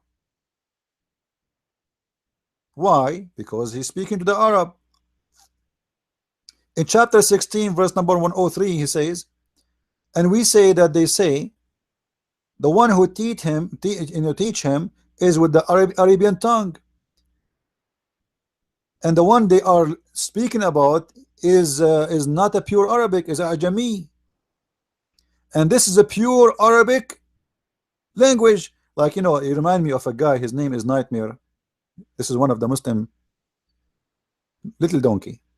He says it doesn't say it's a pure Arabic. Read with me. He said that. He said the Quran doesn't say, when the Quran says the word Arab does not mean a pure Arabic, just to show you how stupid when they lie. And we know indeed that they say it is a man that teach him the tongue of him wickedly. Point to this notable foreign, while this in Arabic is pure and clear. So he's saying to them, oh, you know what? What is behind this story here? Some people, they accuse Muhammad that he is copying others. He was listening to some people, they are Aramaic, and they, especially the slaves. There's the slaves, and actually you will find that in my coming book, the Quran, the roots of the Quran. Muhammad, he was going and listening to people who they are speaking or reciting their scriptures, and that make me think that Muhammad looked like he knew some Aramaic, because what the point of listening to them if they are reciting Aramaic? It doesn't make sense. So they accuse him that he is learning from them.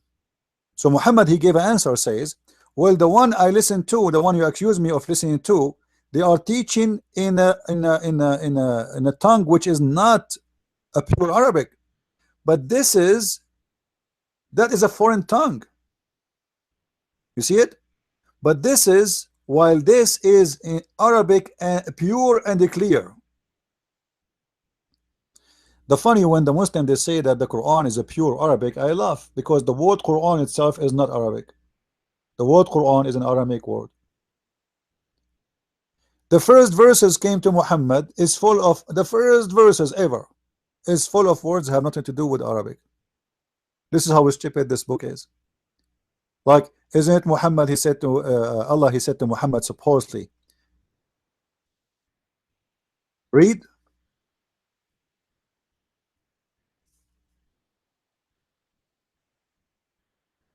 Chapter 96, verse number 1, 2, 3, 4, etc. It says, and look at the funny translation here, because Muslims are confused.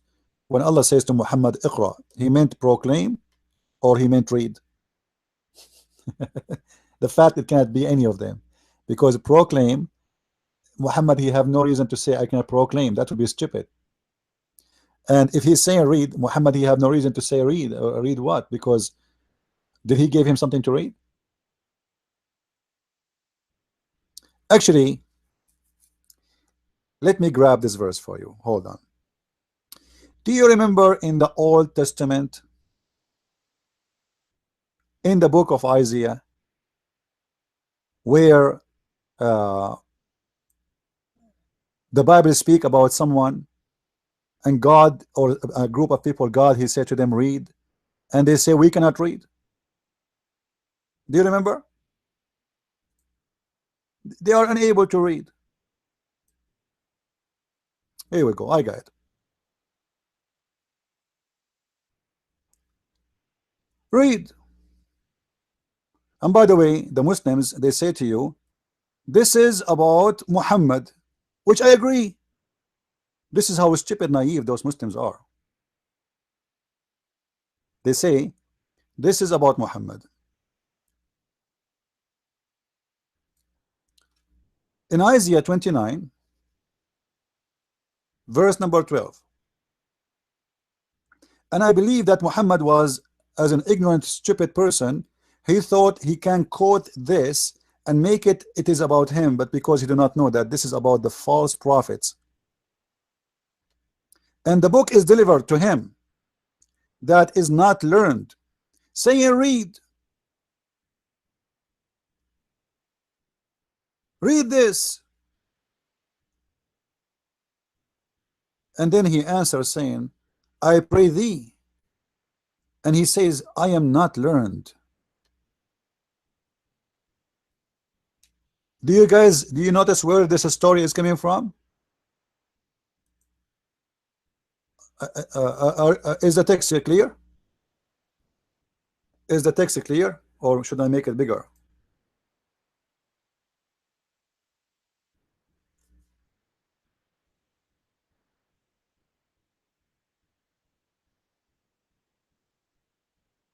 Do you see it? In the chapter 96, when Muhammad received Quran first time, an angel came to Muhammad and he started squeezing him, and he was saying to him, read, and then he said, I cannot read. The stupid Muhammad is quoting from the book of Isaiah because he thought that will fit with him. And I absolutely agree, it fit with him perfectly.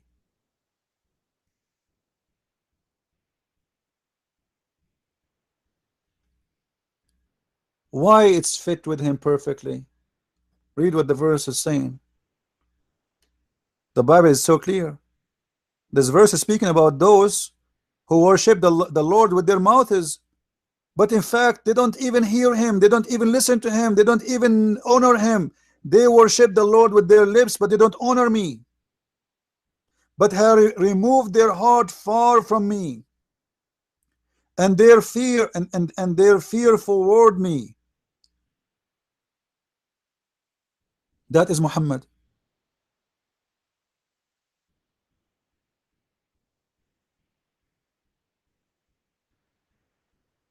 That is Muhammad. What the Bible is saying here about I am not learned, it's mean I can't understand it. It's not really about being a person who knows how to read, how to write. It's mean this book is sealed for me. I cannot understand it because they are hypocrite, because they are worshiping the Lord with their mouth and their tongue, but they don't believe in him.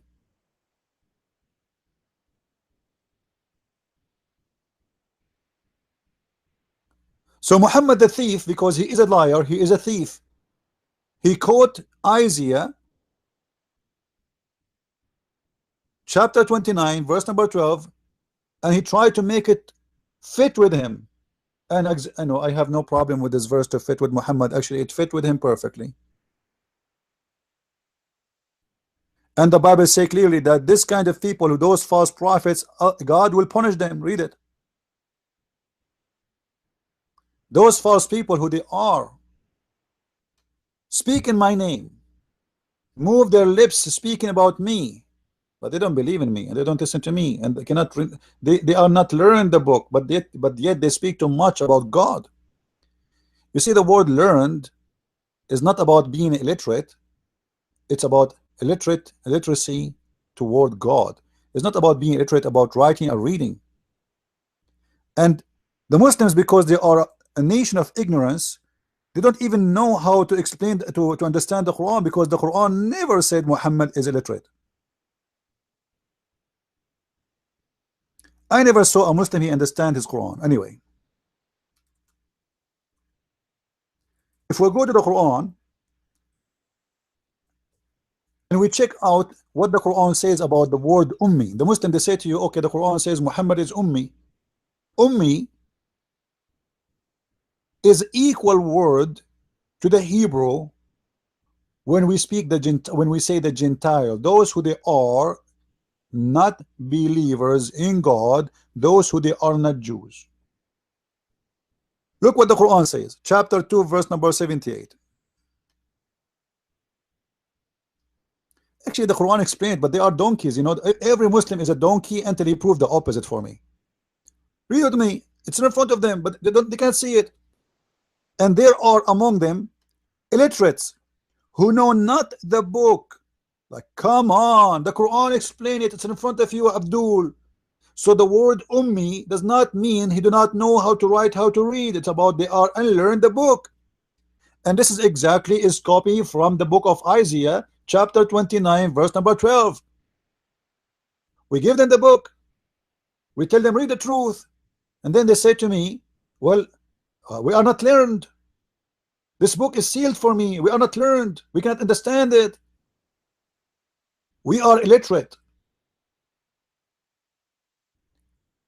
which is an excuse not to follow God. So here the Quran explain that the word illiterate is about someone who don't know the book. This is why the Quran divide the people to two kind of people: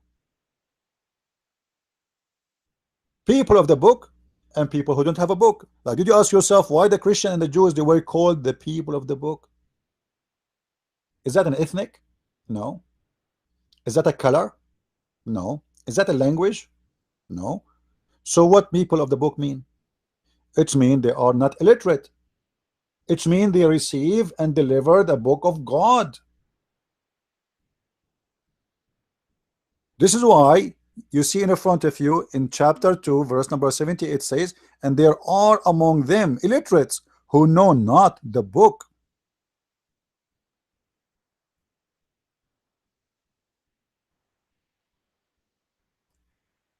And it doesn't matter how many times you explain to the Muslims, still they are not going to receive because they are blind, following a blind. There is tons of verses proving what we are saying from the Quran. In chapter 3 verse number 20,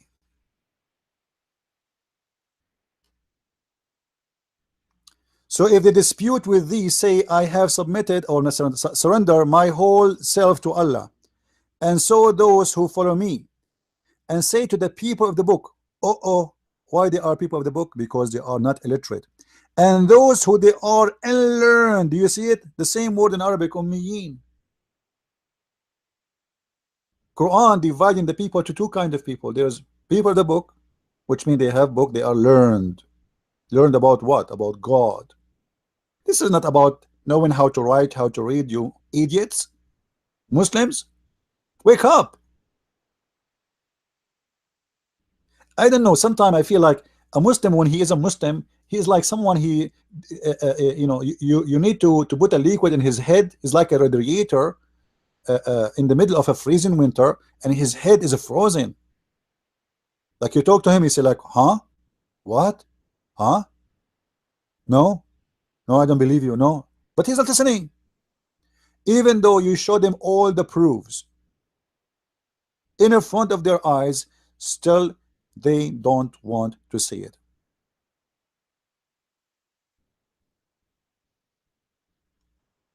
So the word illiterate is not about illiteracy of writing and reading. It's about you being illiterate about God. Remember, this is a religious book. This is not an atheist book. This is not a book of you know, somebody writing a book about school. This is about knowing God or not knowing God. The whole book is supposed to be about that. Otherwise, somebody can tell me when the Quran called the Christians and the Jews people of the book, does that mean we know how to write, how to read, all of us? Even in the time of Muhammad, that's impossible. That is impossible. But yet we are called people of the book, which means we are learned. We are not called illiterate.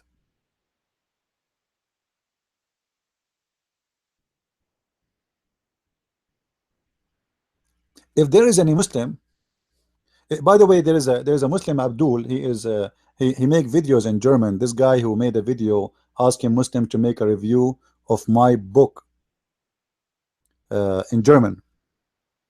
I say to this Abdul, why you don't have the courage to come and debate me? And I challenge any Muslim to do it. I mean, what will happen to you if you debate me? Do you think you are going to lose your virginity? No. You lost it long time ago. Since you became a Muslim, you are not a virgin no more, and Allah will make you a virgin again by using his finger. According to Islam, everyone is born, Allah, he put his finger in him. So you lost your virginity since you became a Muslim who believe in this garbage.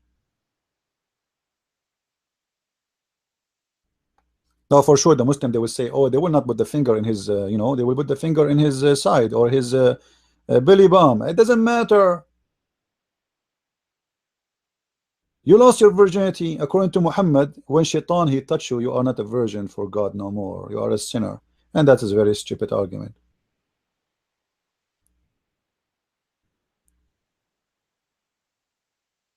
I want to see some brave Muslims, the same as this guy, Shia Hamza. The funny Shia Hamza, when we were debating, he texted someone, he told him, see how weak a Christian prince is?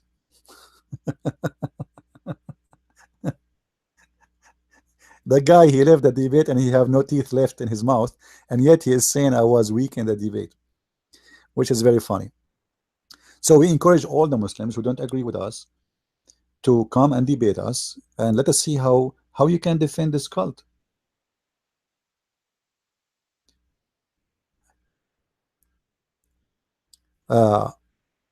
Somebody is asking me about my book Deception of Allah in paper. We are out of it. We are out of copy in papers, so I hope soon, in a few days, will be ready.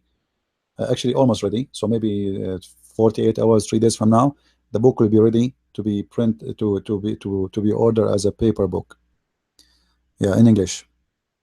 Uh, anyway, anyone have any question for us?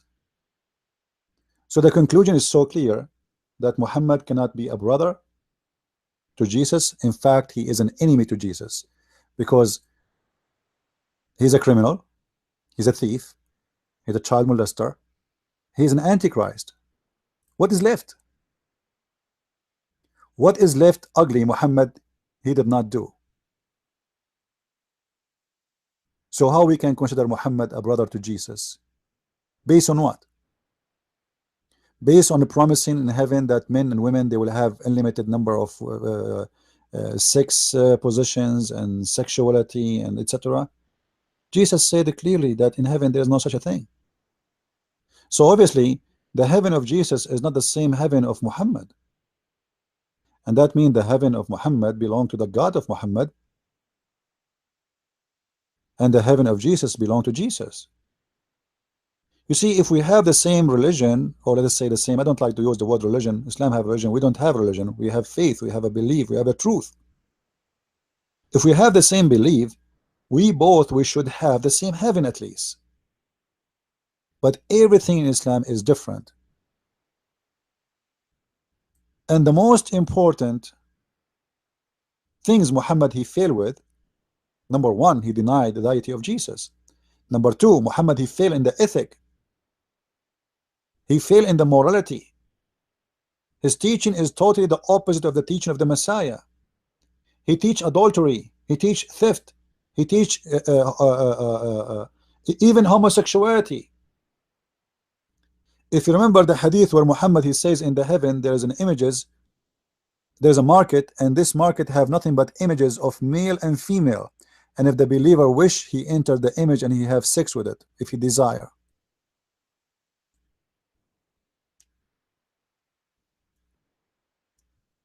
So a Muslim in the heaven, if he wish to have sex with the Muslim man, he can. Allah will provide the Muslims a magazine like Playboy, and you point your finger at the image and Allah will allow you to enter in it, and the images have pictures of men and women, and you have sex with it. That is not the heaven of the Messiah, the holy heaven of the Messiah. The heaven of Islam is nothing but food, sex, river of honey, and river of milk, and river of wine, endless penis, big vagina, small boobs, excuse my language.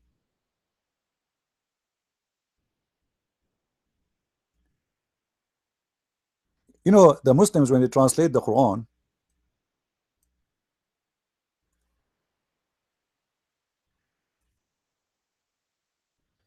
chapter 78, verse number 33. Look at the Muslim translation.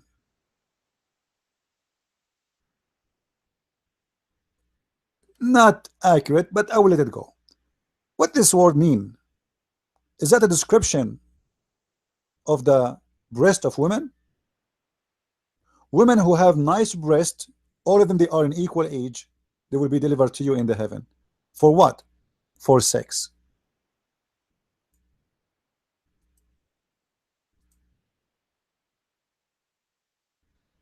That is the heaven.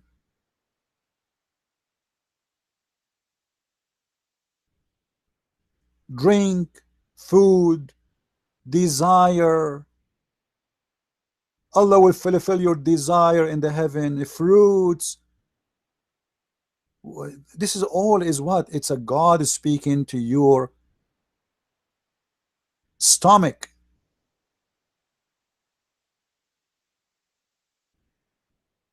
Speaking to your desire to stay youth. Speaking to your desire to have an extra ability of sexuality. This is the devil speaking to your desire, whatever that desire is. To the point the Quran promises us couches and pillows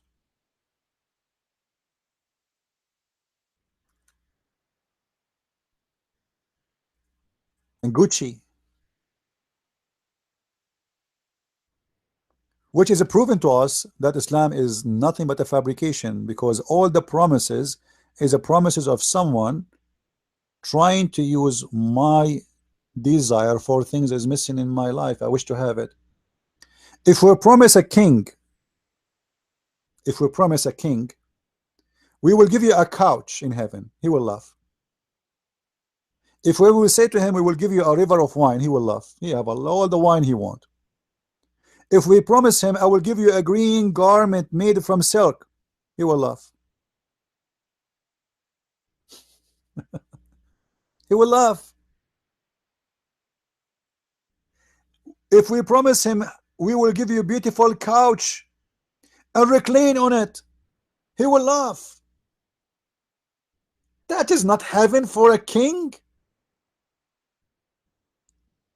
He have all of this.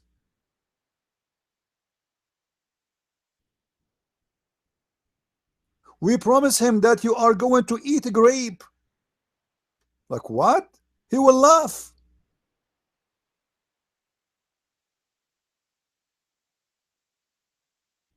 This is God promises. God in those promises, when I say God, I mean the God of Islam, the false God, trying to convince me to join his religion by telling me in heaven I will give you a grape. I like strawberry more. This is God promises. I'm going to get a couch and pillows. I will recline on them. I will have a chair. Boys, naked boys will be around me. Those promises does not fit. Not only with God, does not fit even with someone when to convince me to go to Las Vegas. I can get all of this if I have money.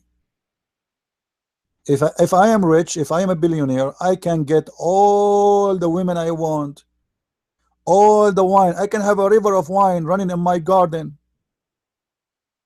If a Trump right now, he want to have 1,000, not 72, women in his palace, can he? He can.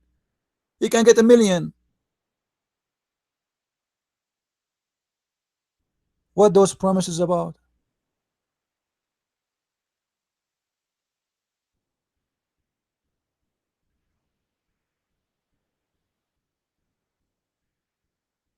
So the heaven of Muhammad is not the heaven of Jesus. The ethic of Muhammad is not the ethic of Jesus, because Muhammad, he taught hate and killing, and even the heaven itself is a heaven of abuse. In the heaven of Allah,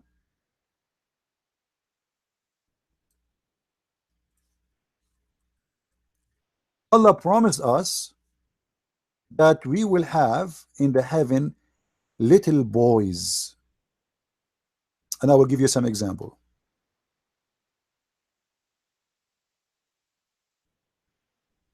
Here you say, it says young male servants, and they are handsome. Actually, it doesn't say handsome. They are so beautiful, like pearl. They are so white, because those Arab are perverted minded about the white color. They hate black color. So in the heaven, Allah will enslave for you 70,000 little boy. And what is the purpose of those boys? To serve you. You see it? And around them shall go boys of theirs as they were hiding pearls. They are so white, naked boys. What kind of God?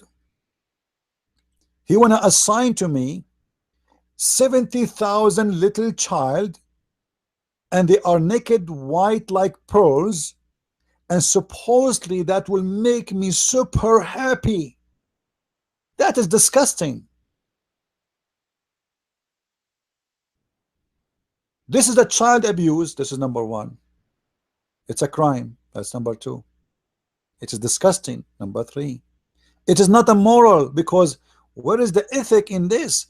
Why? Because I pray to Allah 5 times a day, and because I say Shahada, and because I blow myself in a bus or a train, Allah will enslave for me for eternity 70,000 child, and they will be serving me all the 70,000 child naked around me. And by the way, the serving here is very fishy, because the Quran says wala yanzifun. The Muslim, they will say yanzifun here, they will not get drunk, but the children are not going to get drunk. You are the one who will get drunk.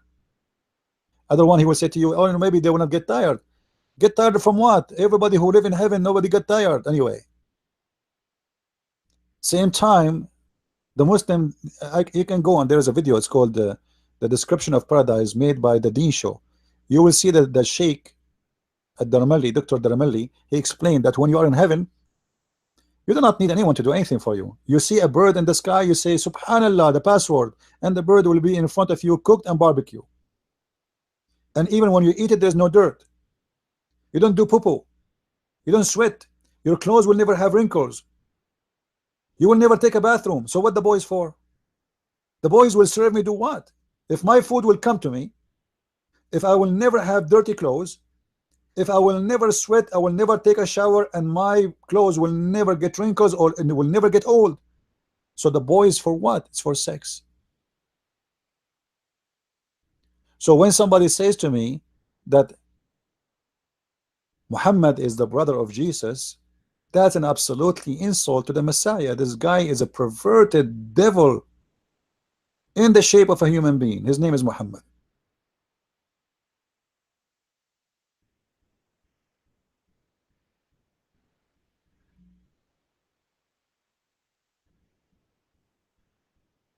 Muhammad, he wants you to be a slave of the temptation of the Quran, as you see. And what he is promising you is so evil. Any one of you will be happy to have 70,000 little boys as a servant for eternity, slaves? That's happiness for you? And God, to make one person happy, he will enslave 70,000? What is happiness here? I thought slavery is in earth because a human being is unjust, but we found that slavery is in heaven of Islam because Allah is unjust too. And not to forget to mention, you know, the Muslim, they say to you that Islam is against slavery, but the fact Islam encourages slavery. Islam encourage raping women who they are your right hand process.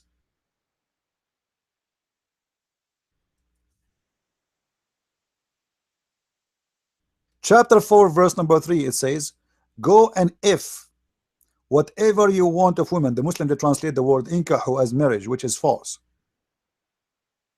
and we proved that many times. And look here, guys, what Muhammad is teaching is very evil. Look, if you fear that you shall not be able to deal justly with the orphans, with who? With who? With the orphans. What? With the orphans. What Muhammad is talking about here. Then go and if of your choice 2 or 3 or 4. Actually, the Quran doesn't say that. The translation is accurate actually here, but with the Quran, you see, the Muslim, they say to you, Islam allowed the Muslim man to marry 4 wives. That's a false. The Quran allowed the Muslim to marry, read with me, 2 or 3 or 4 is a false translation, because there's no or. There's no or. In Arabic it says wa, which means and.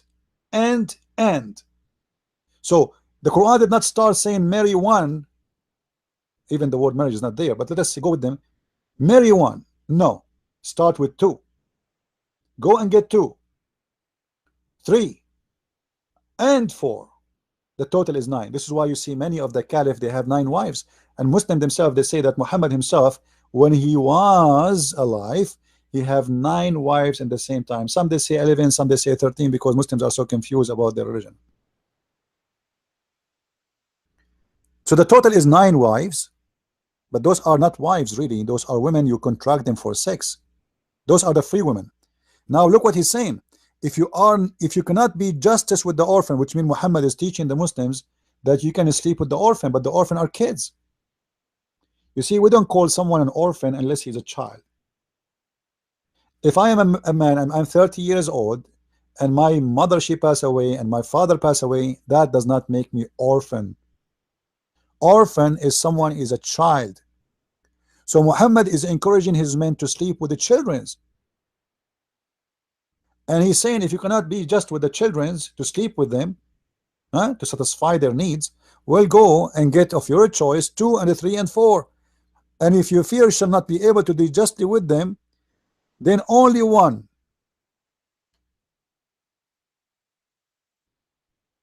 If you cannot be justly with them in what? Is that in kissing? No, it's about money. You have to be justly with them in money, to offer them houses equally.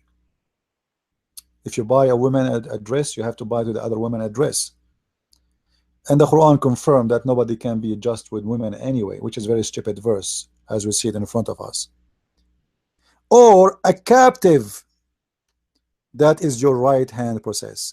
So Muslims, they can rape their captives, and additional to all the women they have as wives. If Islam is against slavery, why you are taking them captives and raping them? The Muslim, they will say to you, well, there's a Quran. There's a verse says, if you commit sin, if you want Allah to forgive you, free a slave. But that will increase the market of slavery, because then you have to go to the market and buy a slave to free the slave, and then they capture him again, and then they enslave him again. And actually there's a hadith, as many of them, where the owner of the slaves, he freed them, Muhammad, he enslaved them again.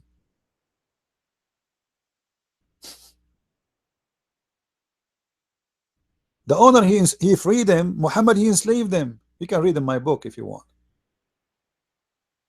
For those who do not know, by the way, I have my books now in English.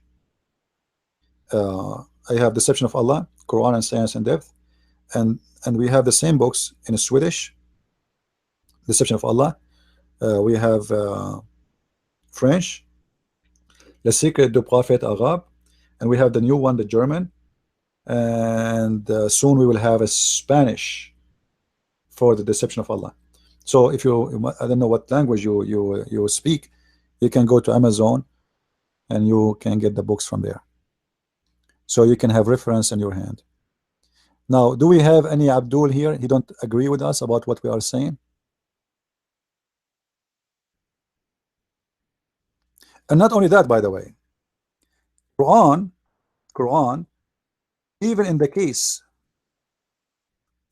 of murders, don't treat equally people in an equal way.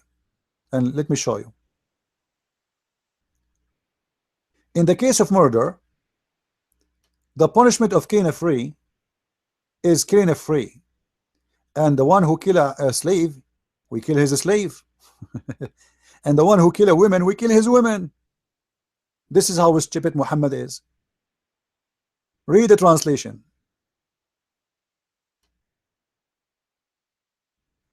O ye who believe in the law of equality.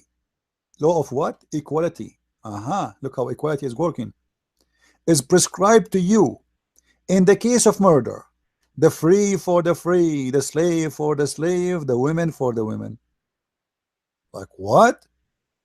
So if I am a white free man and I kill a black slave man, I will not be killed for killing this slave man. The punishment is going to be upon me to kill one of my slaves. So now we have 2 victims instead of 1. But if I kill a free white man like me, I will be killed. If a woman kill a woman, or let's say someone, he kill a woman, the punishment is we kill a woman. You kill my woman, I kill yours. This is how stupid Muhammad he was when he was practicing the law of Moses, which is an eye for an eye. And later Muhammad, when he found that this is very stupid, he decided to make abrogation. That's why the Muslim, they will say to you, this verse is abrogated. Now the question is, why it's abrogated? Because Muhammad discovered that this is very stupid and people start complaining. This is not just.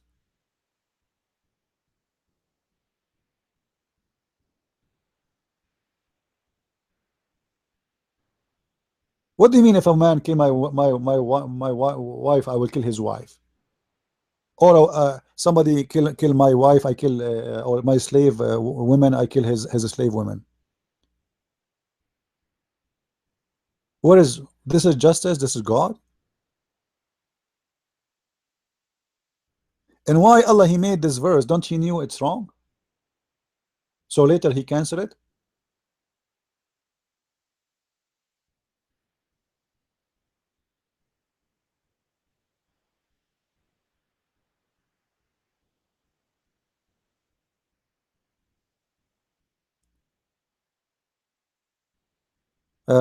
There is a guy in the chat, his name the Truth of God. This guy is a very coward and he don't dare to call me.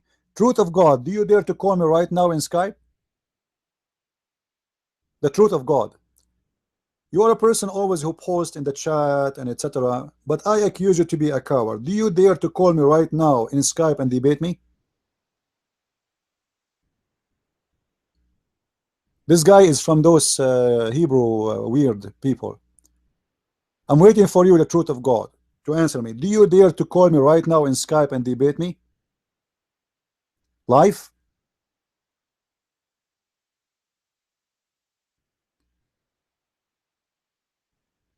You are at work. You are a very good believer. You are at work, but yet you aren't chatting. Get out of here, you filthy idiot. I don't want to see you here again. Guys, this guy is at work. Like, did you see how good he is? He is debating us about God. He is a good guy. But he is chatting from work.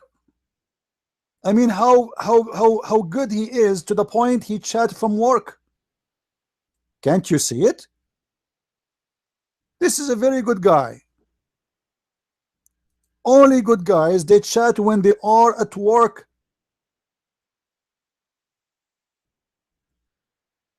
Coward. So if you are at work and you are busy and you cannot do it, why you are here? I will tell you why. You are simply nothing but a coward. How many times I offer you in YouTube to come and debate me, you idiot? All this time, all those months, since last year, I offer you to debate me. All this time you are still at work?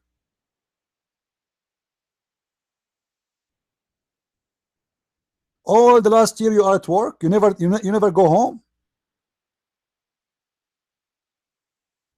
You see how we can expose those liars? You know what? You can call me at your lunch break for 5 minutes. Let us see how good you are. I just blocked you from my chat to force you to come to add me in Skype. Add me in Skype, you coward. Add me. My name in Skype is Debate TV. I want to see how brave you are. What a potato you are.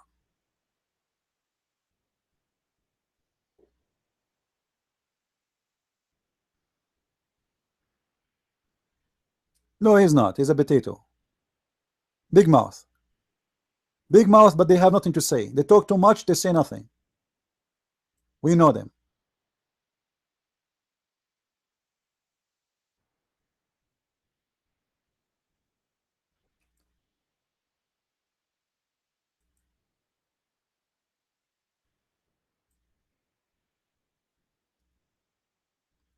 After I close and then I shut down and then I go to out of YouTube or whatever, then they will start texting and suddenly they are brave.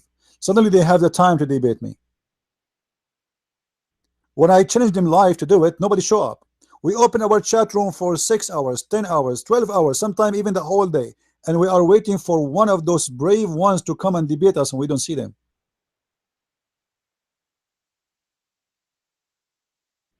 Actually, people debate me only by mistake, because after that they swear never again. Anyway, guys, don't waste your time. If you want to debate me, you can contact me in Skype, but this guy is a coward. Don't waste your time with him.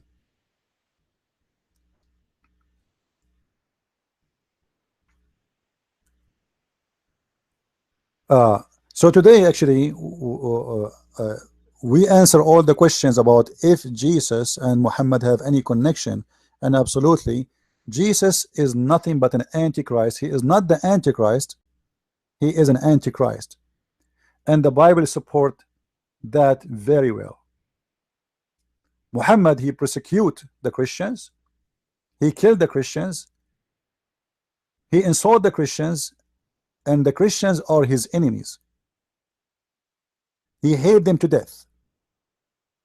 And we showed you many verses, and the Bible speaks clearly about the one who is from the devil, what he will do. He speaks very much about God, but yet his words is against God.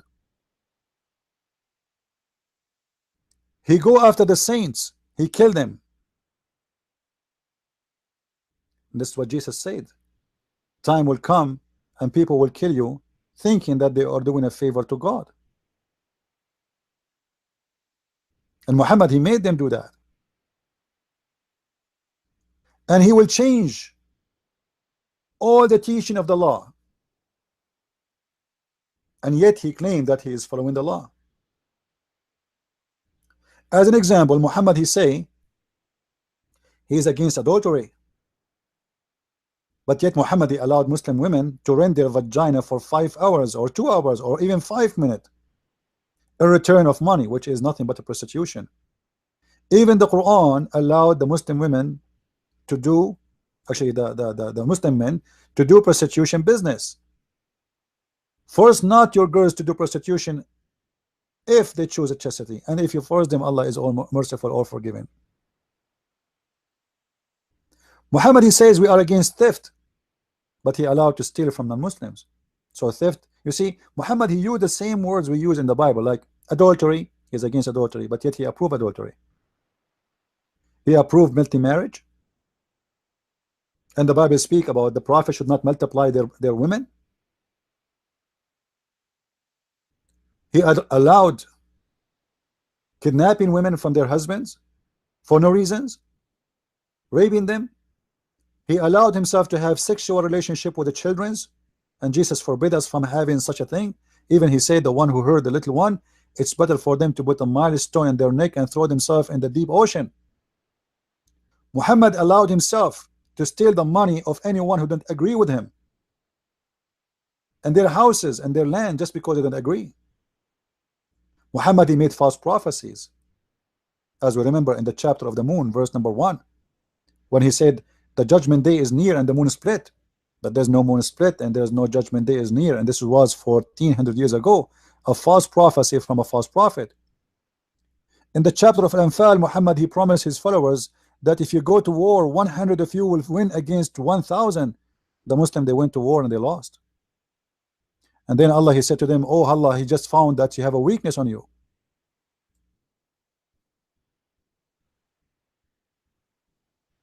So the number will change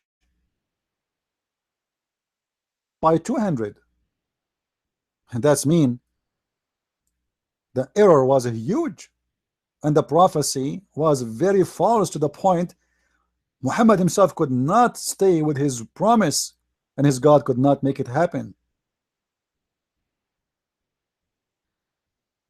Muhammad, he said a lot of stupid things, like scientific errors, historical error. Mary, she is the sister of Aaron. The Muslim, they say to us, oh, he does not mean in the old days they call you by your ancestor. This is false, my friend, because Moses is not the grandfather of Mary, and if she is the grandfather according to the Quran, because you remember, guys, look, just to show you what the Quran says. If we go to the Quran says that Allah, he chose Adam and Noah and the family of Abraham and the family of Imran. Hold on. If you choose the family of Ibrahim, you chose the family of Imran already. But who is Imran? There's nothing is called Imran in the whole Bible. What is existing in the Bible is Umram. Umram. The stupid Muhammad, he could not make it right. He always heard the Jews saying Umran, Umran, so he thought it's Umran because the two names are close. This is Umran. It's the last letter here in Arabic is N. like Nancy. In the Hebrew is Umram. The last letter is M from mountain. So what Muhammad he think that Mary is the daughter of Umran, which is Umram. But Umram is not the father of Mary. This is why Umram, he is the father of Mary, which is Maryam, which is the sister of Aaron. So the stupid Muhammad, he thought that Mary is the daughter of Amram, as we see in chapter 66, verse number 12. And she is the sister of Aaron. You see it?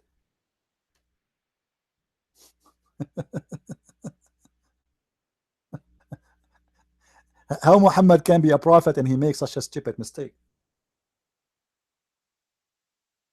And then he called her the sister of Aaron, and that makes sense because now she is the sister of Aaron because she is the daughter of Amram, the father of Aaron and the father of Moses. So the stupid Muhammad, he was confused about Maryam, the sister of Aaron. For real, Aaron, he have a sister, her name is Maryam. Yeah, Aaron and Moses, they have a sister, her name is Maryam. So Muhammad was confused between Maryam, the mother of Jesus, and Maryam, the sister of Aaron. This is why he called Maryam the sister of Aaron, because he thinks she is the same one as the mother of Jesus.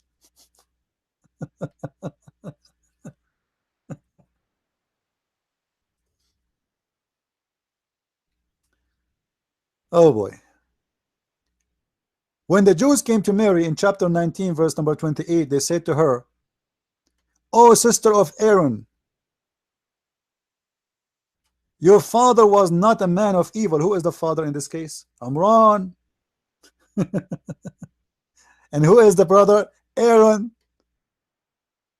And the Muslims, they try to fix it, but that doesn't work. Even there's a hadith where Kabul Ahbar, who is a Muslim, who is a Jewish rabbi, who was forced to convert to Islam. According to Muslims, he was willingly converting, no problem. He came to Aisha and he said to her, "You know what? This is wrong. Aaron is not the brother of Miriam. That Miriam is not the same."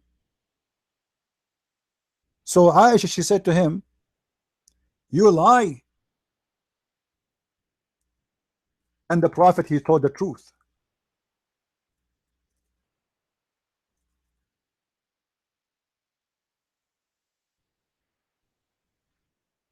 So how this man can be a prophet?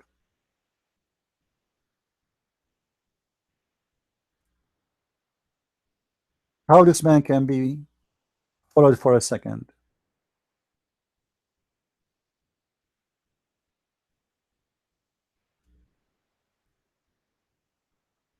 And not to forget to mention, uh, the women, she have a sperm coming from her ribs. The man, he have a sperm coming from his backbone. The baby is he was a sperm, then he became a congealed blood, and unbelievable, endless. If you want to read the errors of the science of the Quran, go and get my book Quran and Science in depth from Amazon.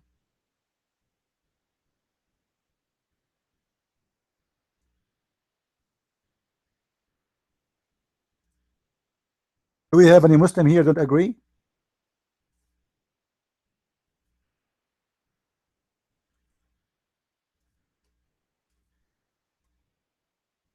Any Abdul?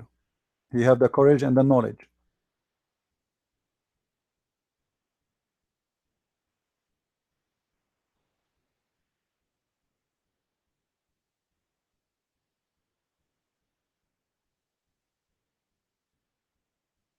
Any Abdul?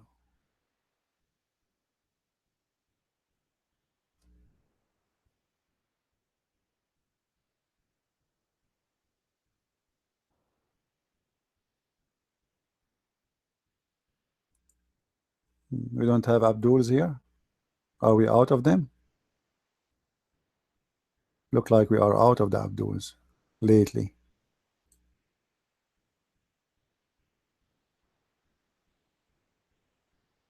So anyway, I hope that today we have all your questions answered about this topic. I will try today. All right, today is Wednesday. All right. So remember that we open our chat room every Friday. Sorry, every Saturday and every Sunday. So mostly I'm going to do broadcast again this coming Friday, maybe, or tomorrow. I'm not sure. So don't forget, guys, to subscribe to our Facebook. And if you do not know my Facebook, in the official page of Facebook, I have. Let me post it for you, so you guys you can have it. Um,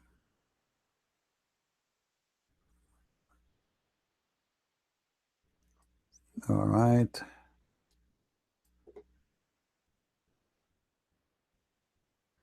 Because I have an official page in Facebook as an author, Christian Prince. Actually, it is The Christian Prince. So you go to facebook.com/The Christian Prince. It's easy to find.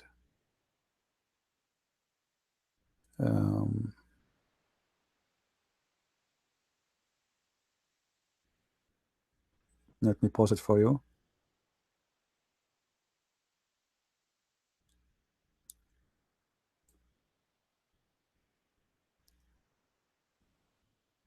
My net is slow because I have many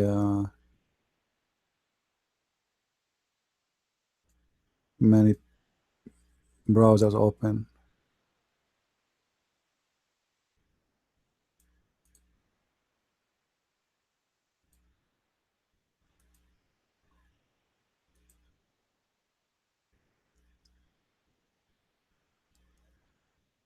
Actually, there is no proof of the last speech of Muhammad. You see, the Muslim, they say the last sermon of Muhammad, the last sermon of Muhammad. There is no proof whatsoever of anything Muhammad he said is called the last sermon. Actually, even the Quran, there's no proof of it. Even the Hadith, there's no proof of it. Even the birth of Muhammad, there's no proof of it. Even the death of Muhammad, there's no proof of it. There's nothing about Muhammad is proven to be true. You see, all the Hadith we have about Muhammad is a collection of unknown people who said something, collected by someone, given to someone, and someone to someone to someone to someone to someone, and then someone after 300 years he made it a book.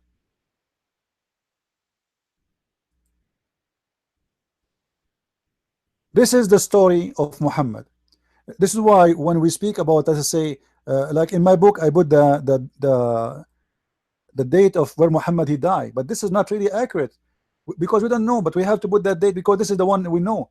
Nobody knows when Muhammad died. We don't know when Muhammad was born. We don't know how many women he married, how many women he raped. We know nothing about Muhammad. And all the Quran we have today is nothing but a collection of unknown people. We have no idea whatsoever of any of those. We have zero. I'm posting the link for Facebook so you can subscribe.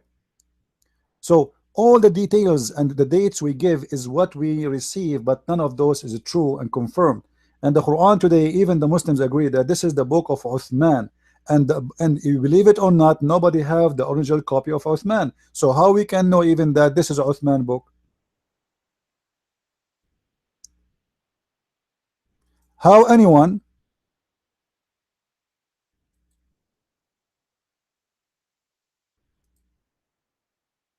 somebody posting a link, don't open the link. I don't know what this guy is posting.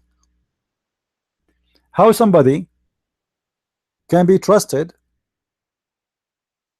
if we have no source whatsoever about what he says? However, whatever we have already from the Muslims, which is the Muslims agree about it, it's very stupid and enough for us to believe that Muhammad was a false man.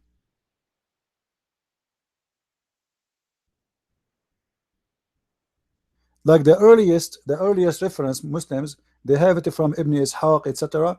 But this guy, he never saw Muhammad, never witnessed Muhammad, never heard Muhammad, and never was with Muhammad. And then the collection is happened even after his death, and then the Muslim, they put it in books, and then they make it a history of Islam. But there's nothing really, there's no proof. It's a collection of fairy tale stories. The Quran and the Hadith, all of them, they are collected and there's no proof of them. We don't have original of anything. So all the information we have about Islam, there's no proof of it, but we deal with what we have until we discover something new. Like now, there is some people, they have a theory that Mecca is not really in Saudi Arabia. The Mecca we are talking about is the city of the cliff, which is mentioned in the Bible, which is the city of Petra. So like some people, they have their theory that's old mosque, they are not built facing Mecca, but yet they are facing Petra. And the question was, why they are facing Petra, not facing Mecca? If Mecca is the city, the holy city of Islam, why all this mosque is facing Petra, not facing Mecca? You know. So there's many theories about Islam. There's many mysterious issues. Like as an example, the Christians in Jerusalem, when the Bedouin, they occupy their land, and I suppose this is the story of Umar ibn Khattab, as the Muslim caliph, he came and he occupied Jerusalem. You will see the Christians never mention the word Muslim there. They are not talking about Muslims. They are talking about Bedouin. So why the Christian never mention the word Muslim? So there is a missing information in history. Islam is very lost. We do not know really much about this religion. But for me, I don't waste my time really to go and study after history. I will leave the historian do that. Maybe they can find something. For me, I deal with what I have until there's something else to come, and it became a real reference to go by. All right. So we use their books to prove how stupid their books is, not because we believe in it, because nothing of what they teach is true.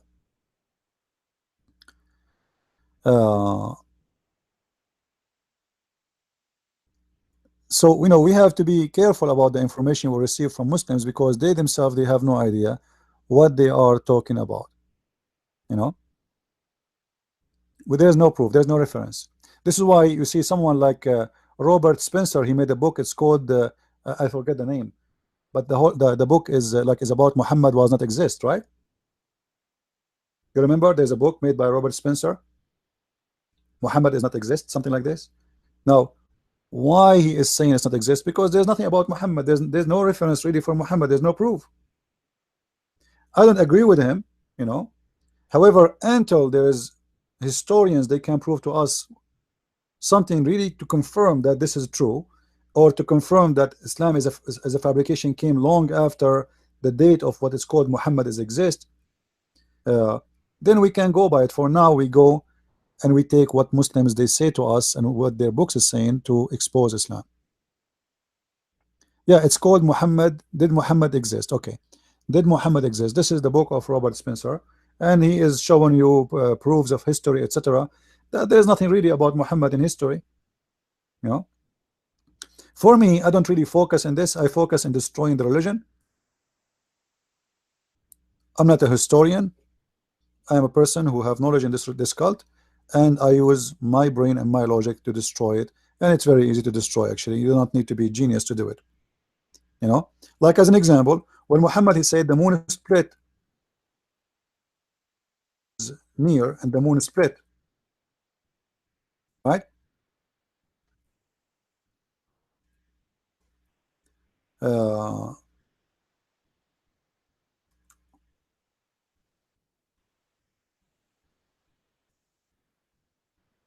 In chapter 54, verse number 1,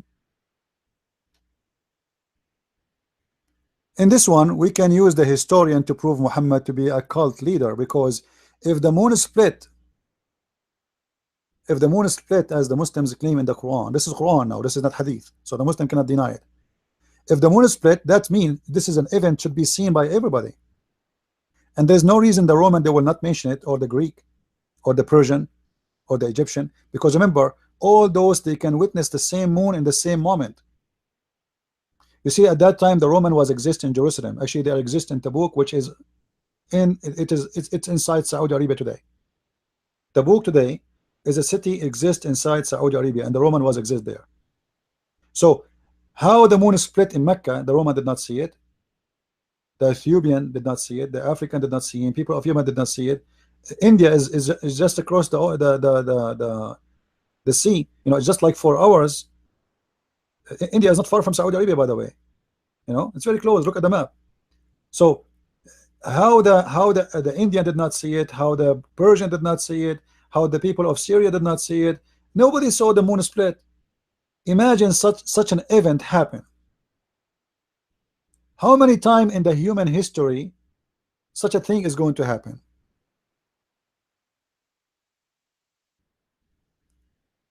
So if the moon is split, how come nobody see it? Not only that's impossible, because if the moon is split, the moon will be destroyed. For part of the moon is going to be part. To split, it means it became 2 parts, not a crack. Crack is not split. All right. The word in Arabic, inshaq. Inshaq. This is the Arabic word. Inshaq, it means became 2 pieces.